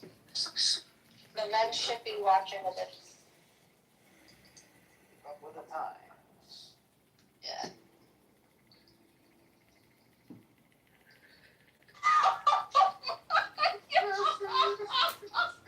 That's them driving. Okay, well then I have to send that to every group chat. 1 second. I've been watching it repeat. Like,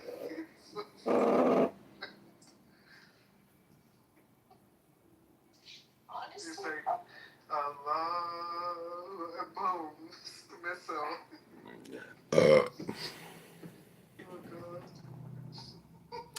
All right, everybody, this is Mayor Kitover. Go to mayorkitover.com, chicagomayorvote.com, johnkitoverchicago.com. Like and subscribe. This is our last and newest and greatest YouTube live stream.